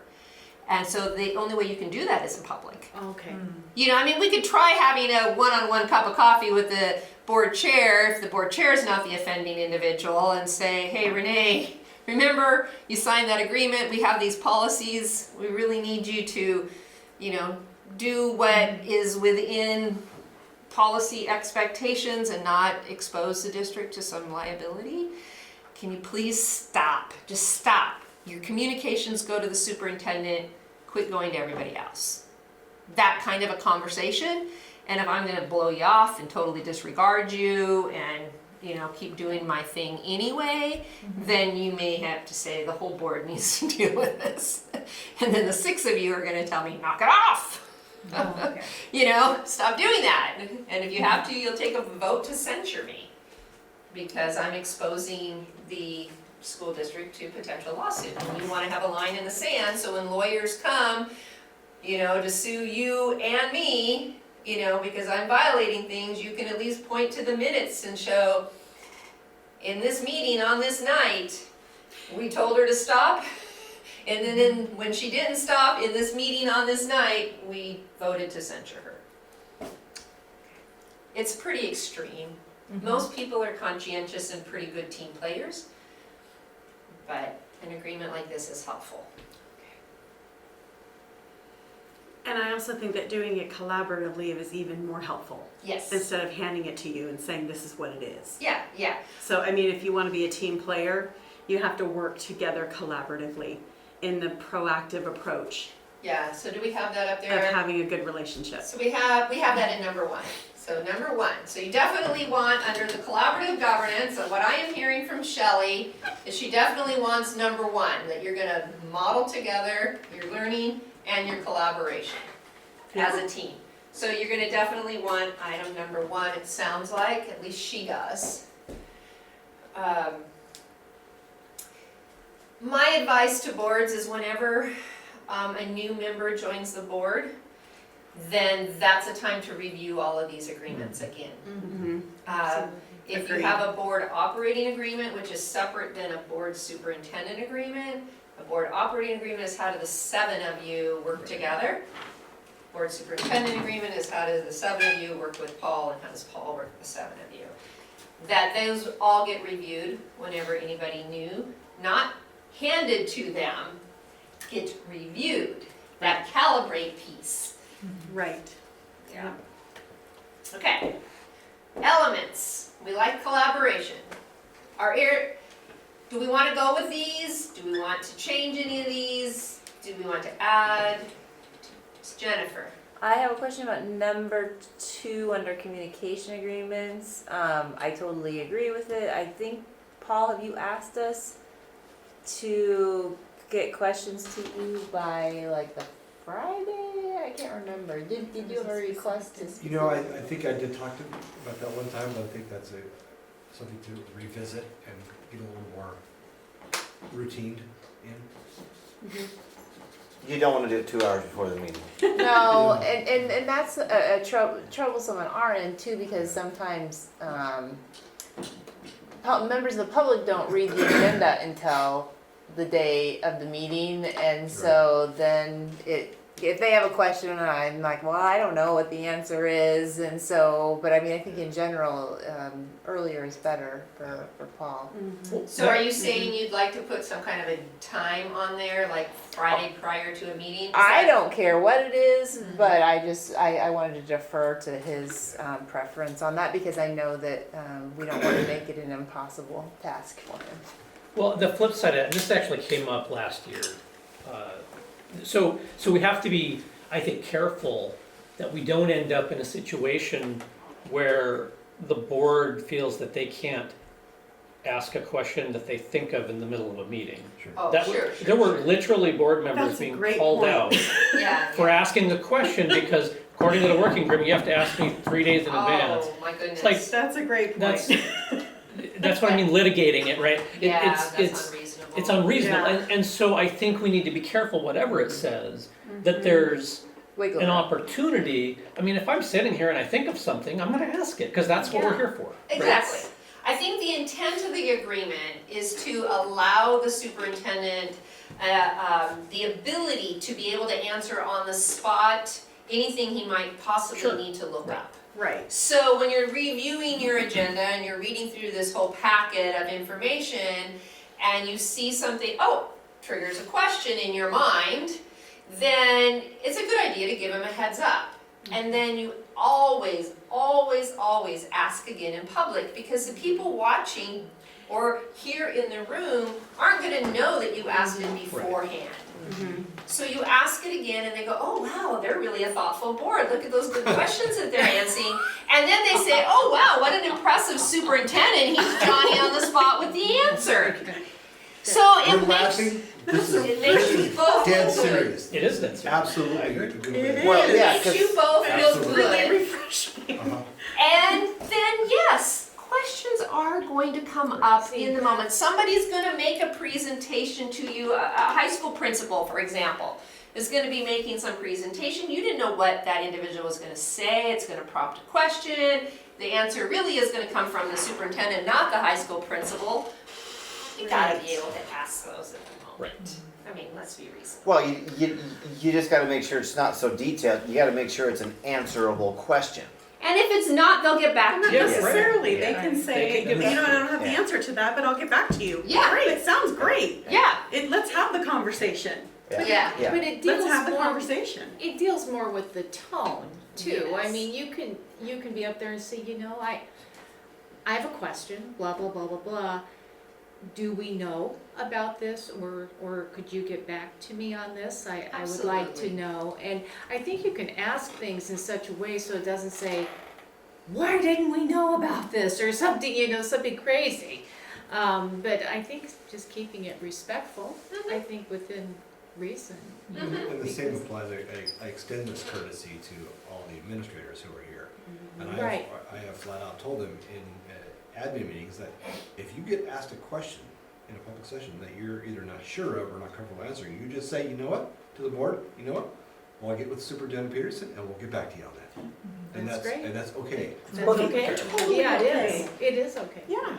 So Renee, I thought this was boilerplate already, and with the Okay. elements we were adding below it. Am I Yeah. not correct? It is boilerplate unless there's something about it you need to change. Okay, Because but we're this not is necess- your agreement, this is our recommendation.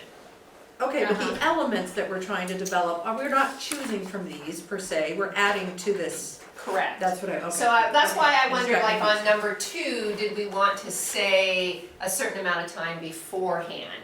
So number 2 of communication, that we're gonna talk to either, for this year, Jonathan or Paul, we're gonna talk to either one of them with our questions about agenda items or whatnot, you know, things that we have questions on, before the meeting, is what that says. And the way it's written actually is great. It's a little different than our current one because it talks only about agenda, if you have questions or concerns about agenda items.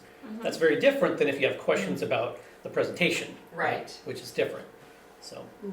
Well, I remember one time on our board, we had, in a packet, there was a recommendation about our business director.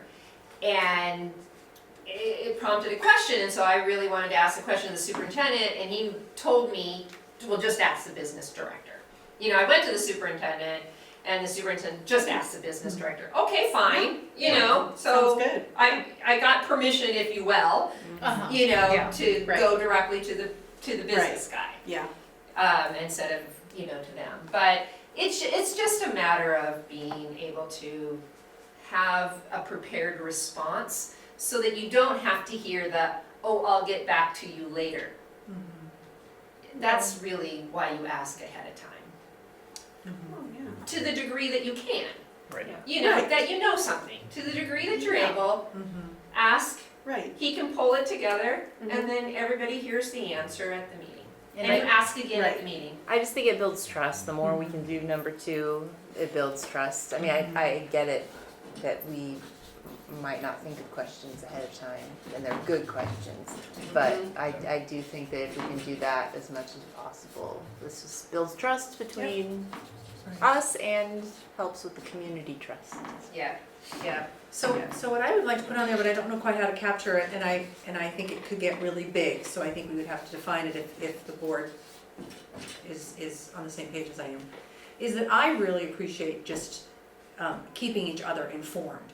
So even if it's not it's anything that needs to be addressed by the board, maybe it's not even in our wheelhouse, but so that we kind of understand what's going on, and so that we can then support and communicate in the community if we were asked questions. So, the water thing was a great example. Now that was probably rose clearly to the level of we needed to be Right. informed, right? Yeah. But I mean, there are things that I'm sure that come up, and that's why I love your guys' updates, because it is a great Yeah. opportunity to be able to say, this is what's going on in your district. And so I think we're all better off if we are working to say, you know what, I'm just gonna let them know that Just this is going FYI. on, even Yeah. though there's no action required, or it just helps us all. Yeah. Have the same information at the same And time. I think that you can Yeah. capture that down here, that one of the board's expectations of the superintendent would be item 7 up there. That the superintendent informs the board of all critical information, anything that might rise to media coverage, anything that's going on that is, another way of saying that is newsworthy, you know? Because you already are getting his updates. Right. So if there's something in the moment that's newsworthy, you know, one of your school buses crashes on the way to school, that's gonna make the news. It always does, you know, school buses and kids. You're gonna wanna know that before the news story breaks, Right. because people are gonna come to you. What happened? I don't know, is not a response that you want to have. So that might be something that you want to have down here in your expectation of the superintendent, is that he informs you of any newsworthy events. Or, Right, 'cause it's or he not has yours. Debbie do it, or he has Dan do it, but the thing is, you're notified. Right. So, Yeah. because this just recently happened with me, you know, regarding the water thing. And I had some questions and I CC'd someone who I believe was in charge. But, yeah, I think that's when I always hesitate to push the send button. Because it's like, is this going to be like, or, oh, okay, I can answer this. And that's where I'm always in the dark. I don't know if I hope I'm asking reasonable questions, because I don't And wanna only waste Paul people. can tell you that. Yeah, that's true. You That's know, true. I mean, you use your best judgment. Yeah. You know, read the B section of policies and familiarize yourself, you know, with the B section of policies, because that's how the board does its work. And so that, you know, you have a better concept of that, Yeah. and then Before- you can ask Paul your questions. He's gonna be fine with that. He just did a thumbs up. Telephone. Yeah, Oh, it's okay. in an email. It's a public record Okay. once it's in an email. Okay. It is a telephone. Yeah, it's a Okay. public record once you hit send. Yeah, don't text Thank me. you. Okay. Yeah. Then that clarifies it very well for me. Okay, so I have a question for you and an Yeah. example. Okay, so this is a perfect example. So tonight, okay, so our board chair and our superintendent communicate far more often, Yes. I'm assuming, You have a than policy the rest of about us, that. right? Yes, okay. So with that being said, our board chair is gonna know more things about behind the scenes Maybe, maybe not. things with Maybe well, not. like tonight, tonight before our executive session, you know, there was some information, just generic actually, information shared, but I was like, oh, really? Oh, I didn't know that. And I'm just getting that information now, and then I'm taking it going, okay, I gotta, you know, include this in my decision or, you know, whatever we're doing. So that's fairly normal, like, you know, there's, and in previous times, there's been a lot of times where, you know, some board members knew a lot more than other board members, and it fractured the board quite a bit. I lived through that myself. Yeah, and I don't want that to happen again. Yeah. I don't think it's appropriate, I don't think it's professional. And I just wanna make sure that, you know, with information that needs to be shared, is shared, so we all are on the same Yeah. level of information. So Whether it's, I mean, it doesn't have to be a critical media event or a anticipated adverse, whatever, you know. Yeah. I'm just talking about the little conversations here and there that other board members probably know or have a right to know, being the board chair and the vice chair, and not the other board members. Do you see what I'm saying? I do. So Yeah, you okay. do have a policy explain on that. board officers. Yeah. I don't have it right in front of me. Right. I don't have it in my presentation. Yeah, I that's didn't okay. copy it. Yeah, But that kind of outlines what the board officers are intended to do. And Right. one of the major duties is to develop agendas with the superintendent. right. So in that process, there is going to be information Of course. sharing. It's Right. just natural. Oh, Yep. we have this we're gonna need to schedule an executive session. The board received a complaint, they're it's being appealed. Here's the policy KL, here's the language that says what you're supposed to do. You know, giving the chair some guidance so that when you walk into the meeting, you know what to do. Right, And, you know, so you can be successful in facilitating the meeting. right. It's gonna need to know that.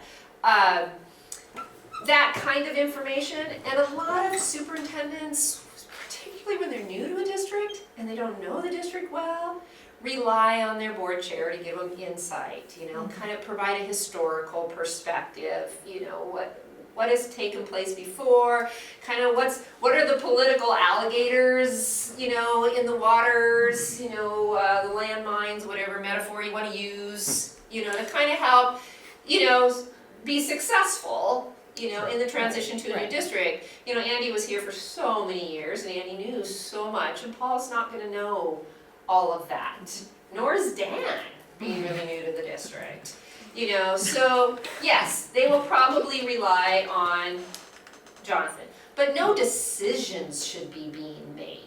No. Just giving information And that's not what I was back and asking. forth. I was just asking, I didn't want that to, you know, that relationship to, you know, fracture. Yeah, yeah. Have And some so it's fractures, 'cause really it was incumbent on significantly.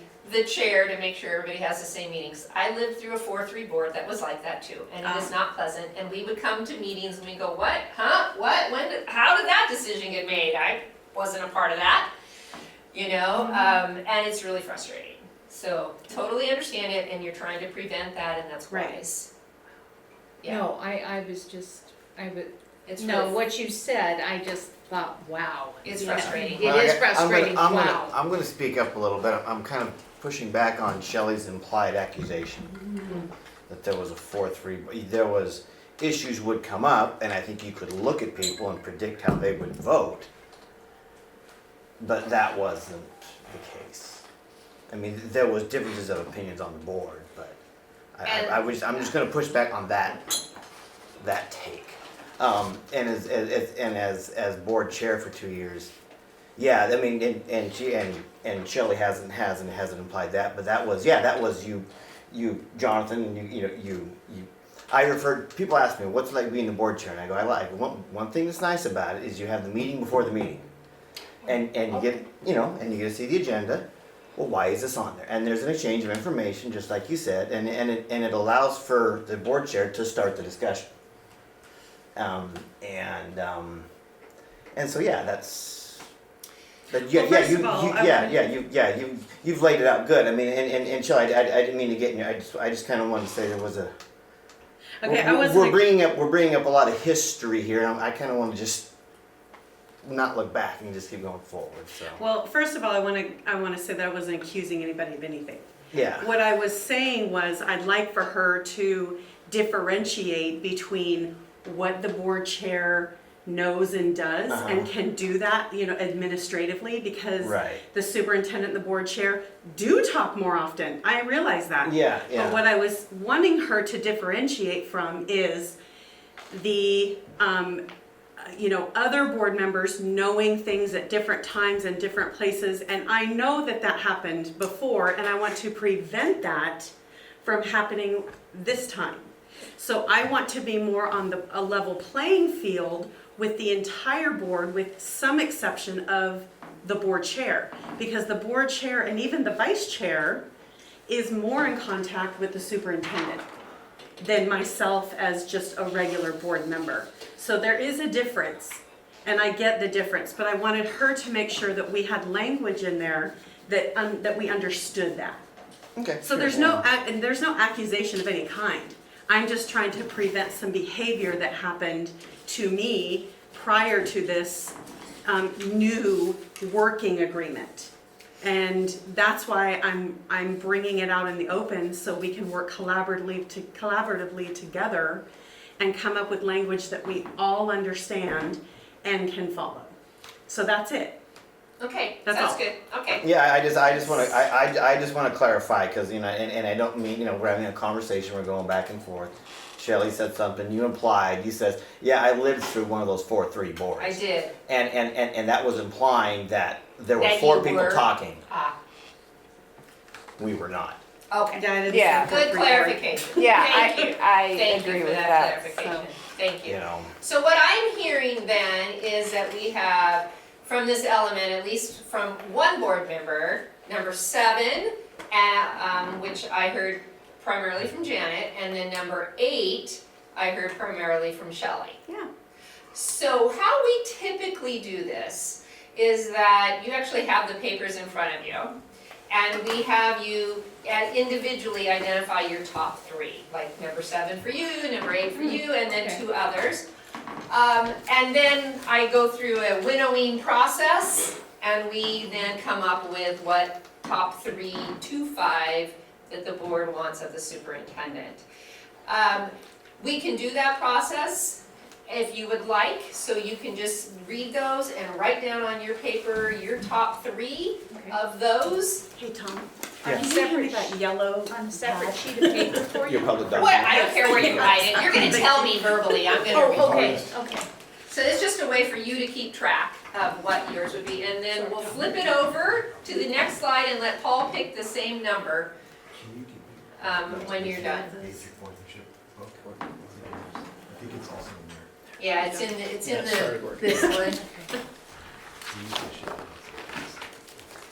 If you wanna start looking ahead for She yours, just went to look at this list. you and Dan wanna kinda collaborate on Oh, 3 ain't gonna do it. 3 to 5. I'm kidding. I'm kidding.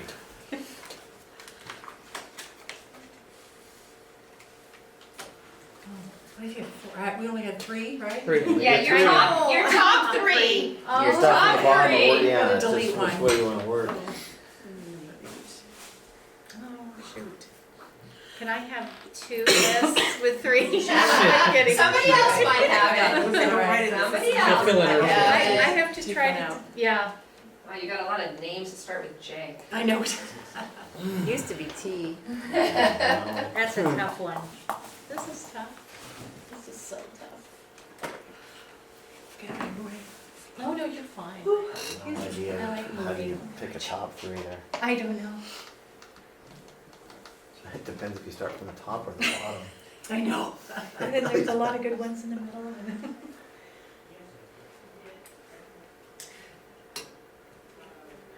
And then we're gonna see what you have in common. So. Do you want mine? Sure. 5, 7, and 16. Okay. 2, 13, and 15. I'm still working on number 3, but I got 5 and 6. So you have 5 Number and 5 6. and number 6. Okay. Can't get that. Same, I just have 2 right now, 5 and 2. Okay. Data, you like her data. Oh. Yeah. 3, 8, and 12. Doesn't match anybody else's. And then Shelley. I have 5 and 8. So. I don't have my 3rd yet. Five's big. So what I typically do, while those of you still trying to figure out your 3rd, if it makes a difference, for those of you trying to figure out your 3rd, is I try and look to see where there's a majority. So I see 5, 1, 2, 3, 4 times. So it would look like that the majority of you, 4 out of 6, 2/3 of you, think number 5 is important. And so by default, we would like, number 5 would be one of the elements. There's no prioritizing these on the list, they're all there. They're all a prioritize, they're all a priority. It's just, so that's how I would do it. So this person's already chosen 5, this person's chosen 5, and this person's chosen 5, so 5 won't get chosen again. You know what I'm saying? So I think it's pretty safe to say 5 would be one of your elements. So as you're looking at the rest of them, I'm gonna say 3 for my 3rd. Jennifer's in 3. Oh gosh, I was 7. I was stuck on 7. Okay, and then Shelley.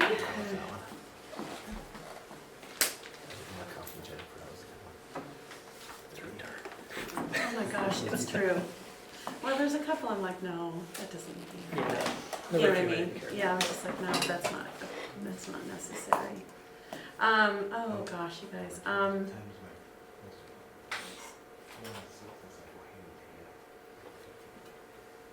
I do like number 3. I do, yeah. Did somebody else say number 3 or no? Yeah. Oh, Jen and I okay. both. Oh, okay. And 3. Oh, well, that's cool. So now that we have them, we've got number 7, 1, 2 times. We have number 3, 1, 2, 3 times. So number 3 is like the next prominent. 1, 2, 3. Am I missing any? No, there's a couple with 2, but I don't think there's any more with 3. Okay, so 5 equals 4 votes. 3 equals 3 votes. These are votes. And then we have 2 number 2s, 2 number 7s, 2 number 8s. and 2 number 8s. So let's put a square around the ones that are 2.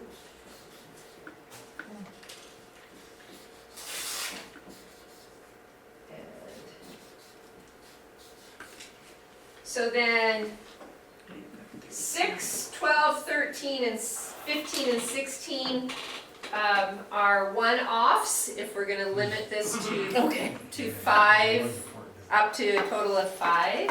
If we limit it to the 5, just by process of elimination, there's more choices. But what are these others saying, and are they going to be critical if they get left out?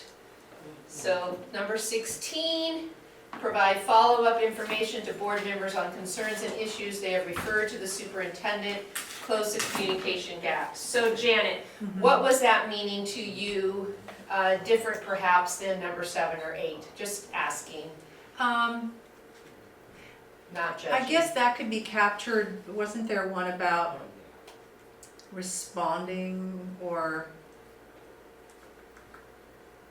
I thought there was maybe one about responding to. Well, if number 16 is the responding Yeah, to see, one. that's, it captures the issue of, rather than just us waiting for information, it says, okay, if I have a question or concern, that my expectation is that at some point in a reasonable amount of time, I will hear back either, so, and that feels sort of more, maybe you could capture it under 12. I mean, that's sort of a professional courtesy that I would certainly give to anyone, not just, so I'm okay if that doesn't. I'm just wondering if number 8 might be able to just modify it a little bit of distribute appropriate information to all board members, including following up on Number 16. concerns. Sure.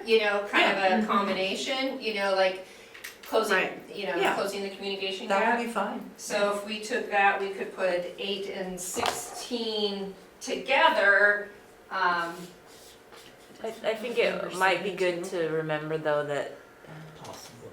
That one seems, 7 seems more like. I don't know, every concern doesn't always rise to the same level. But Good. even if it's just like, thanks, I got your information, I'm working on it. Because not everything you're gonna write to the superintendent about is gonna be board work. Right, of course. And so it doesn't, it's not pertinent that, the board, but he can say, thanks, got your email, or Right. thanks for the phone. Right. Particularly if you call him, then it's easier, you have a conversation. Mm-hmm. But I think it can be edited in such a way as distribute appropriate information to all board members, including closing the communication gap on information sent, or something along Yeah. those lines. Well, and I mean, just the experience I've already had is that sometimes all it takes is a little bit of context provided to me as to why something is being done a certain way, and then I'm like, oh, yeah, no, all good, I'm fine.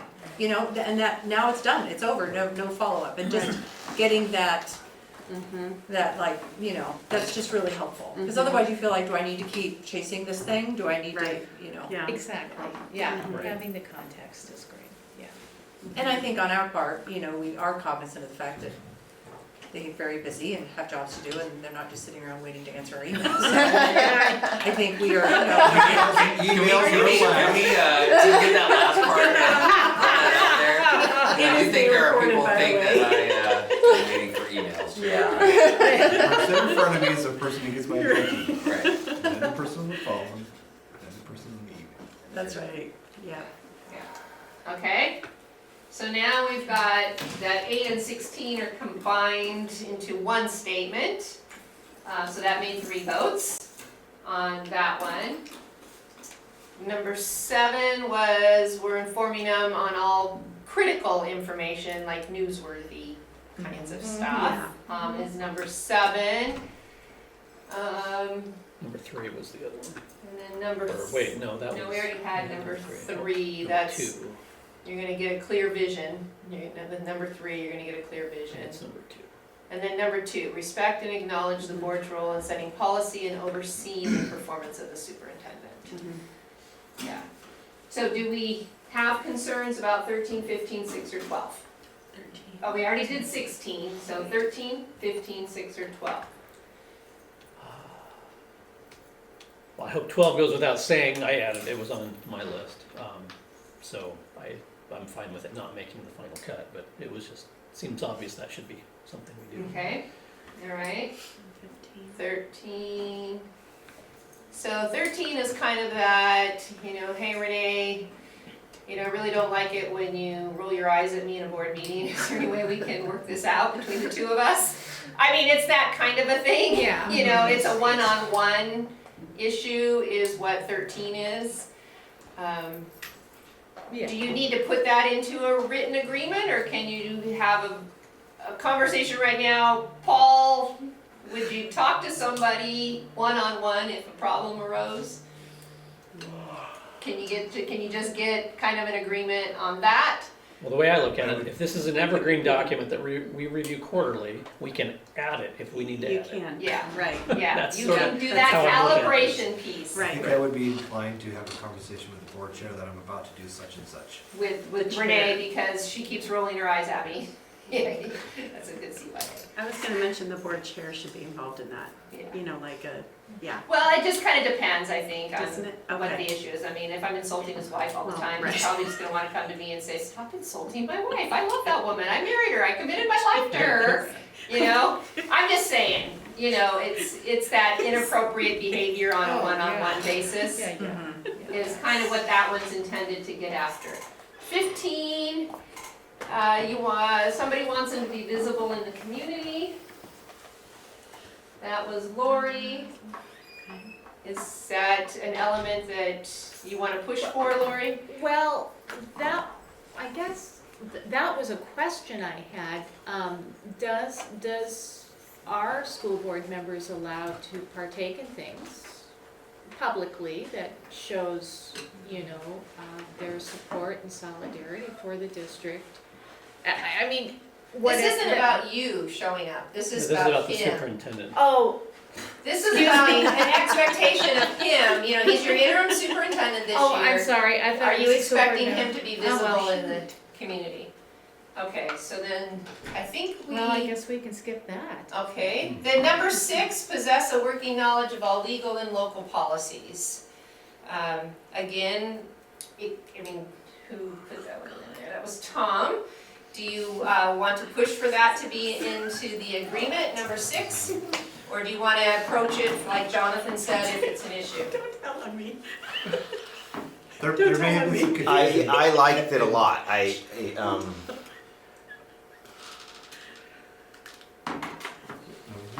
I'm not gonna push for it. You're not gonna push No, for I'm it? not gonna die. We'll just trying to think of why I put it there. I just remember that was one of the things that Andy was sure good at. Okay, so of these 5 elements, then we have number 5 got 4 votes, number 3 got 3 votes, number 8 plus 16 combined together gets 3 votes, number 7 got 2 votes, and then number 2 got 2 votes. So it sounds like there's your 5 elements. Jennifer? I just think he's gonna do. He already has. I know. I just Yeah. don't know that 7's. It's not critical? No, I don't think. No, so. I mean, that's I why- think it's that's- gonna. He already yeah. does it, and same with visibility. I've Kind of a seen it given. 3 times Yeah. in the community. You don't have to do so- 5, you can It do just kind of 4. goes without saying, yeah. You can go 4. That's kind of what most of them were. They were just kind of, yeah, that's just what you're supposed to do. Yeah. I think we start out with that, and These I 4? I like the Right. reminder that it's, go over it quarterly and make sure that Yeah. everything's good on both sides. I Perfect. love that idea. Debbie, would you help us remember? making a note. I can just see that getting Put it on the lost board in the. calendar. Right. Because I think All right. that's really healthy. Now, it's 2 minutes past 8, and I Yes. told you I was gonna do my best, but I would love to hear what Yeah. Paul's Oh yeah. expectations of the Definitely. board It was are. a team effort over there. I saw. I gave them my book, so I handed to them, I'm like, they just get to tell you what their expectations of you are, what Paul's expectations of you are. So you get four. We have to vote to approve. They had so- four. They had four. They ended up with four, so you get I will four. note, however, one of their four is a combination. So we can separate it and make five. Shoot. We can make it separate if you want. We're in trouble. No, just leave it. You want Just four leave or it. five? Just leave it. You'll see where I'm going with All this. right, okay. Oh, jeez.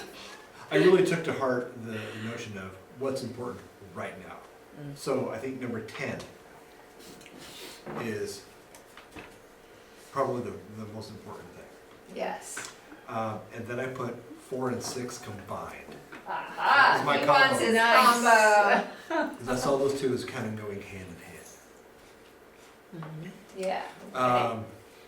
Debbie Okay. suggested number 5, didn't she? The clerical assistants there. She's the one who gave him the book. Number, She's like, here. number 15 Okay. Yes. and number 1. All right. Okay. You guys have an agreement. So what I've done in the past with other boards is that I've taken this page back with me. I know I've left things with you before, Debbie. And then I will type it up in the Word document and I'll email it to you. How urgent do you need this? I have a We really don't meet again crazy- until the October 4th. 1st. 2 weeks. I'm gonna make flashcards and study. No, just kidding. 2 weeks from the night we would meet, theoretically vote on it, All right? right, I can So, certainly give it to you in Yeah. a week, but That's 9 items. maybe tomorrow, but I am on the road. no, the rest of the you've got at least a week or two. You do, yeah. But maybe by Wednesday They're gonna do a before. combo. Our board meeting is until the 14th. Yeah, 4 and 6. Second week, Yeah. right? It's like I the can't Yeah, it is, complete yeah. this. I will definitely get it to you, Debbie. It's just a minor editing Yeah. thing. It's not but I'll get it to you. So we did not get to everything on the list. Thanks, Paul. We did not get to everything on your list, and it is after 8 o'clock. So we need to think about where we're going next. Did everybody take the survey? No, not everybody. Wait, I have that here. Sorry, I did copy that. I didn't look today. I was gonna look today and I forgot. So if we eliminate the two from 621, because I don't know who they are, or Debbie, if one of them is you and you still want to keep your answers from 621, could do that. But the other ones came in September. So we have from 9/9 to 9/23 of people who have taken the survey. So I can prepare a report anytime. I can include or exclude. You can see the check marks over there to exclude those June 21 responses. So I can exclude them or I can take the check marks out and include them, but I just don't know Or who can they I are. finish mine? I Yeah. started Yes. that thing about 3 times Yes. and the phone kept ringing, so. Yes, So you can it's- finish it. You can go back in and finish Okay, it. and then you'll add it, okay. And So is do I do this, it? I'm the blue one, yeah, I'm the second oh, one. you're the blue one? Yeah. Oh, so You're the that is you. 1440. I'm Okay. 1440, yeah, so. Oh, okay. Then I will So- not exclude that one then. I will- Well, I mean, I can finish it, right? Yeah, you can go back in and finish. If you Okay. can't, for some reason, start call over. me, I'll we'll let get you it know, out. okay. But is Foxgrad someone I'm that's not thinking on it's the board Andy. anymore? I think it's Andy. Oh, I'd take that off. Yeah, but I think when we first suggested this last May, when he contacted me to do my usual August training sessions, we were gonna do the board self-eval on the 20th. So basic R&R on the 19th of August, the intermediate R&R on the 20th of August. And then that was all discussed in May, and then everything fell apart in June. Oh, okay. And so he took the survey at my suggestion of, if you go take this and you see what it's like, then you can answer questions. And in some districts, we like having the superintendent and the board secretary to also give their perspective. The thing is, I don't know who's who. You know, like, I don't know who Elephant is. And I wanna know, don't disclose it, but I'm just saying, we won't know. So the question that Paul was starting to ask you is, do you want him to take it? Sure. And then do you want Debbie Yeah. to take it? Sure. And since Dan was your acting superintendent for a Sure. while, He wants another email. Oh, An boy. email with a link. I think all of you should take it. Okay. Yeah. All right, sounds like they want you together. three to take it. It takes about 20 minutes or so. to answer the questions. And the questions are, to what extent does our board, and then it'll make a statement, make decisions in the best interest of children. And then they're asking you a time frame. Always, most of the time, some of the time, never, I don't know. And so, yeah, if you can get that done, I can bring that in another meeting for where we go next. Plus, we did not talk about this. We did not talk about that. Yes, we got that done. That's the, And we It did was, that that's- done. I really wanted to make sure we got Yeah, that the done. work. And actually, once you're sort of wrapped up and picking up, I can talk just briefly about at least the meeting protocol part as it relates to the way we're approaching agendas currently, if that's useful to the rest of the board. It's certainly your time. So, but I want to make sure I'm not cutting you off if you've got more. I'm done. Okay. Yeah. So the way that we're doing it is we're meeting each, ahead of each meeting to discuss the agenda and to take into account Paul's list and mine, which is really all of ours collectively, because I've requested from each of you things that are important to you, and I've got a master spreadsheet. And while I can't or shouldn't probably be just redistributing that back out to all of you, or we'd be having a meeting in public, the reality is I do have that, and I am taking that into account. And we do discuss it, and not everything that I think I was maybe gonna have on makes it on each time and vice versa, because we're weighing the reasonable time constraints of a given meeting with, what is he prepared to respond to that might be on our list, what would be better served at a future meeting, et cetera, et cetera, et cetera.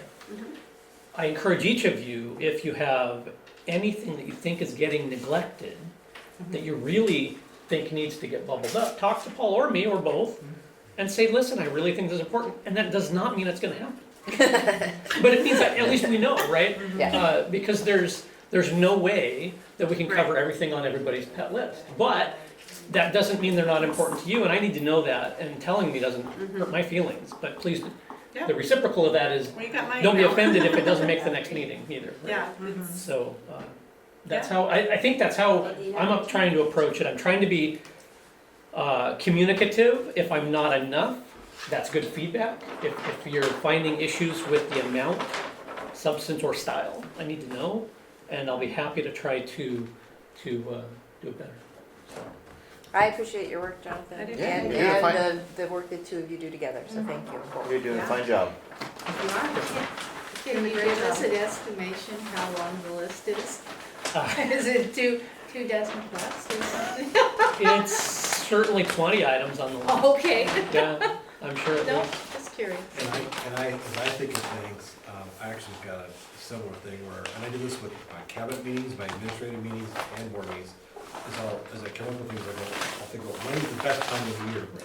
I was like, you know what, that's really best, we gotta do that Right. at least a month before budget, so January. And all of a Oh, I sudden, see. I kind of populate over the course of the year, and then Right. Debbie also has a list, based on the things that are gonna be customary Right. timeframes when we do things.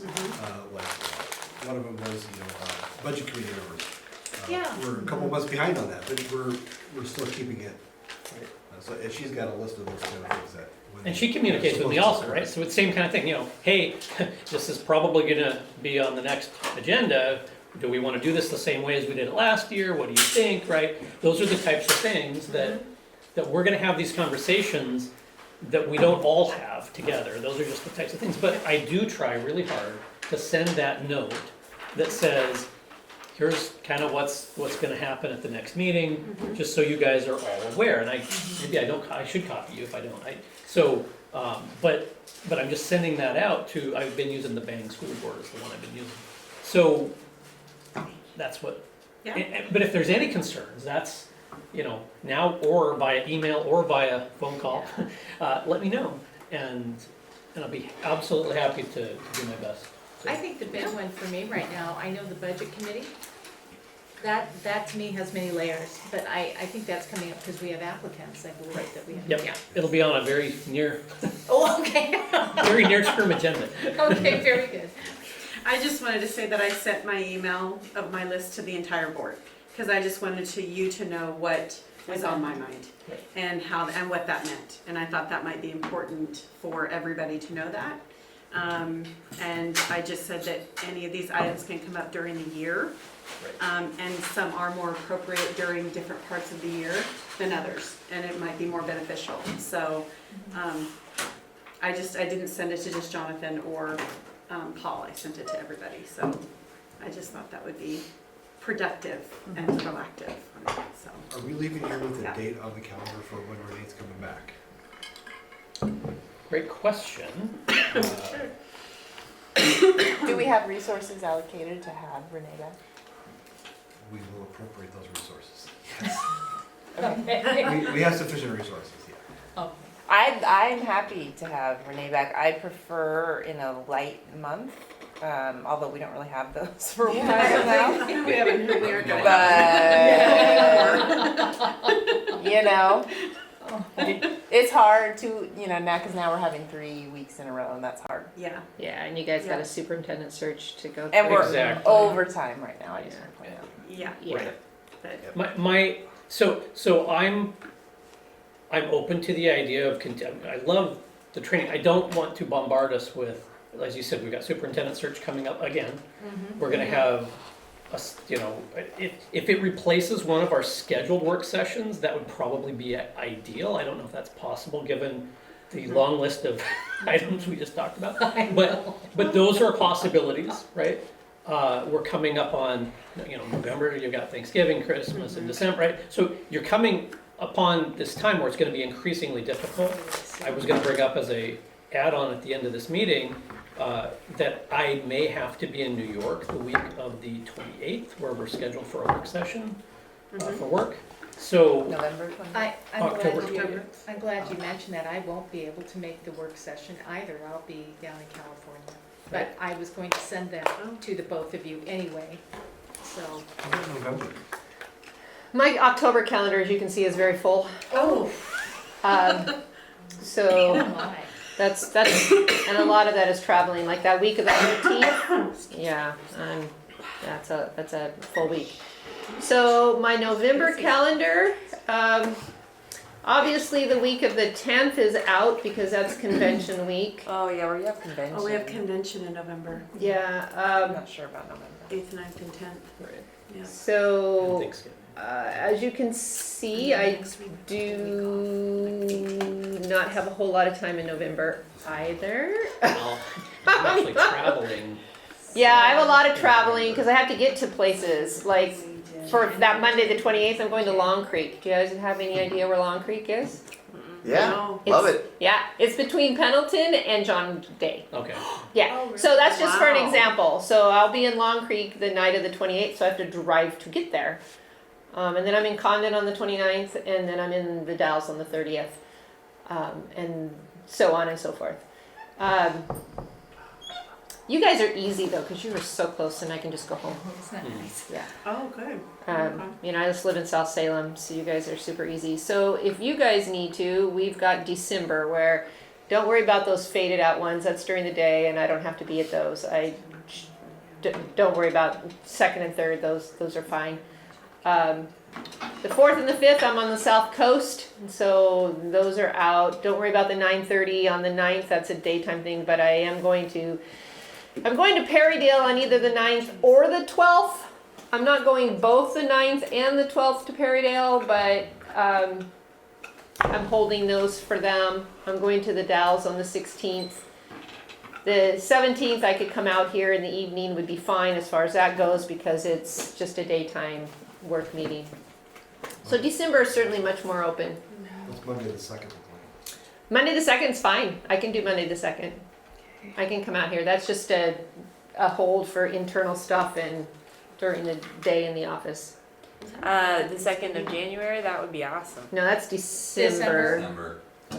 That's December, but the 2nd of January is a Thursday. I could come then as well. That's a normal work day. People are gonna be on vacation. And that's still schools out there. Oh, still school's yeah. up. Yeah, it's OSBA. I get Christmas and I get New Year's Day. That's it.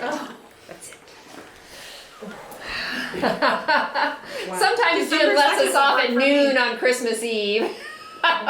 If he's in a good mood. That sounds like So, what is the board thinking? as far as the date? I As agree. far as date and or if it should replace another work session and or if we should squeeze it in as an extra meeting. Those are the three sort of questions on my mind. I agree that it's like it's a lot, and so I would prefer to replace rather than to supplement. I would I prefer also it think to. that it depends on how important topics are. And Yeah. what the, Exactly. for So the that work session, and if it's timely. Do you know, like if we have timely things that we have to get done, Right. I think you need to look at the list that you might have. And But if the problem it's- is we need to I book don't know. her if we're going to. Right. Right. You can always rearrange with me Yeah. if you want to get something on the calendar tonight, like December 2nd. And then, like Oh, I there's said, something like I told Perrydale, you know, one or the other, they'll have to decide eventually, but, you know, I can hold something for you. What do you guys think about pulling like the 2nd and replacing the work session on the 16th of December? I'll do that. Yeah, that's if great. you and Paul agree that that's doable, that's fine with me. Oh, the Hold the 16th, December I gotta 16th fix work that. session. Those aren't AM times, those are Great. PM I think that's times. a great Not idea. have a It's meeting on the great too, 16th? yeah. Oh, Yeah. Just so close to Yay. break, I think and that was yes. Good. sheer genius I think that was a right good there. idea. Yes, yeah, okay. So I'm Nice. coming back here That's on December I'm 2nd not gonna at forget 5 that. p.m. Is that what we're saying? Yeah, December 2nd 5 p.m. at 5. to 8 p.m. Okay.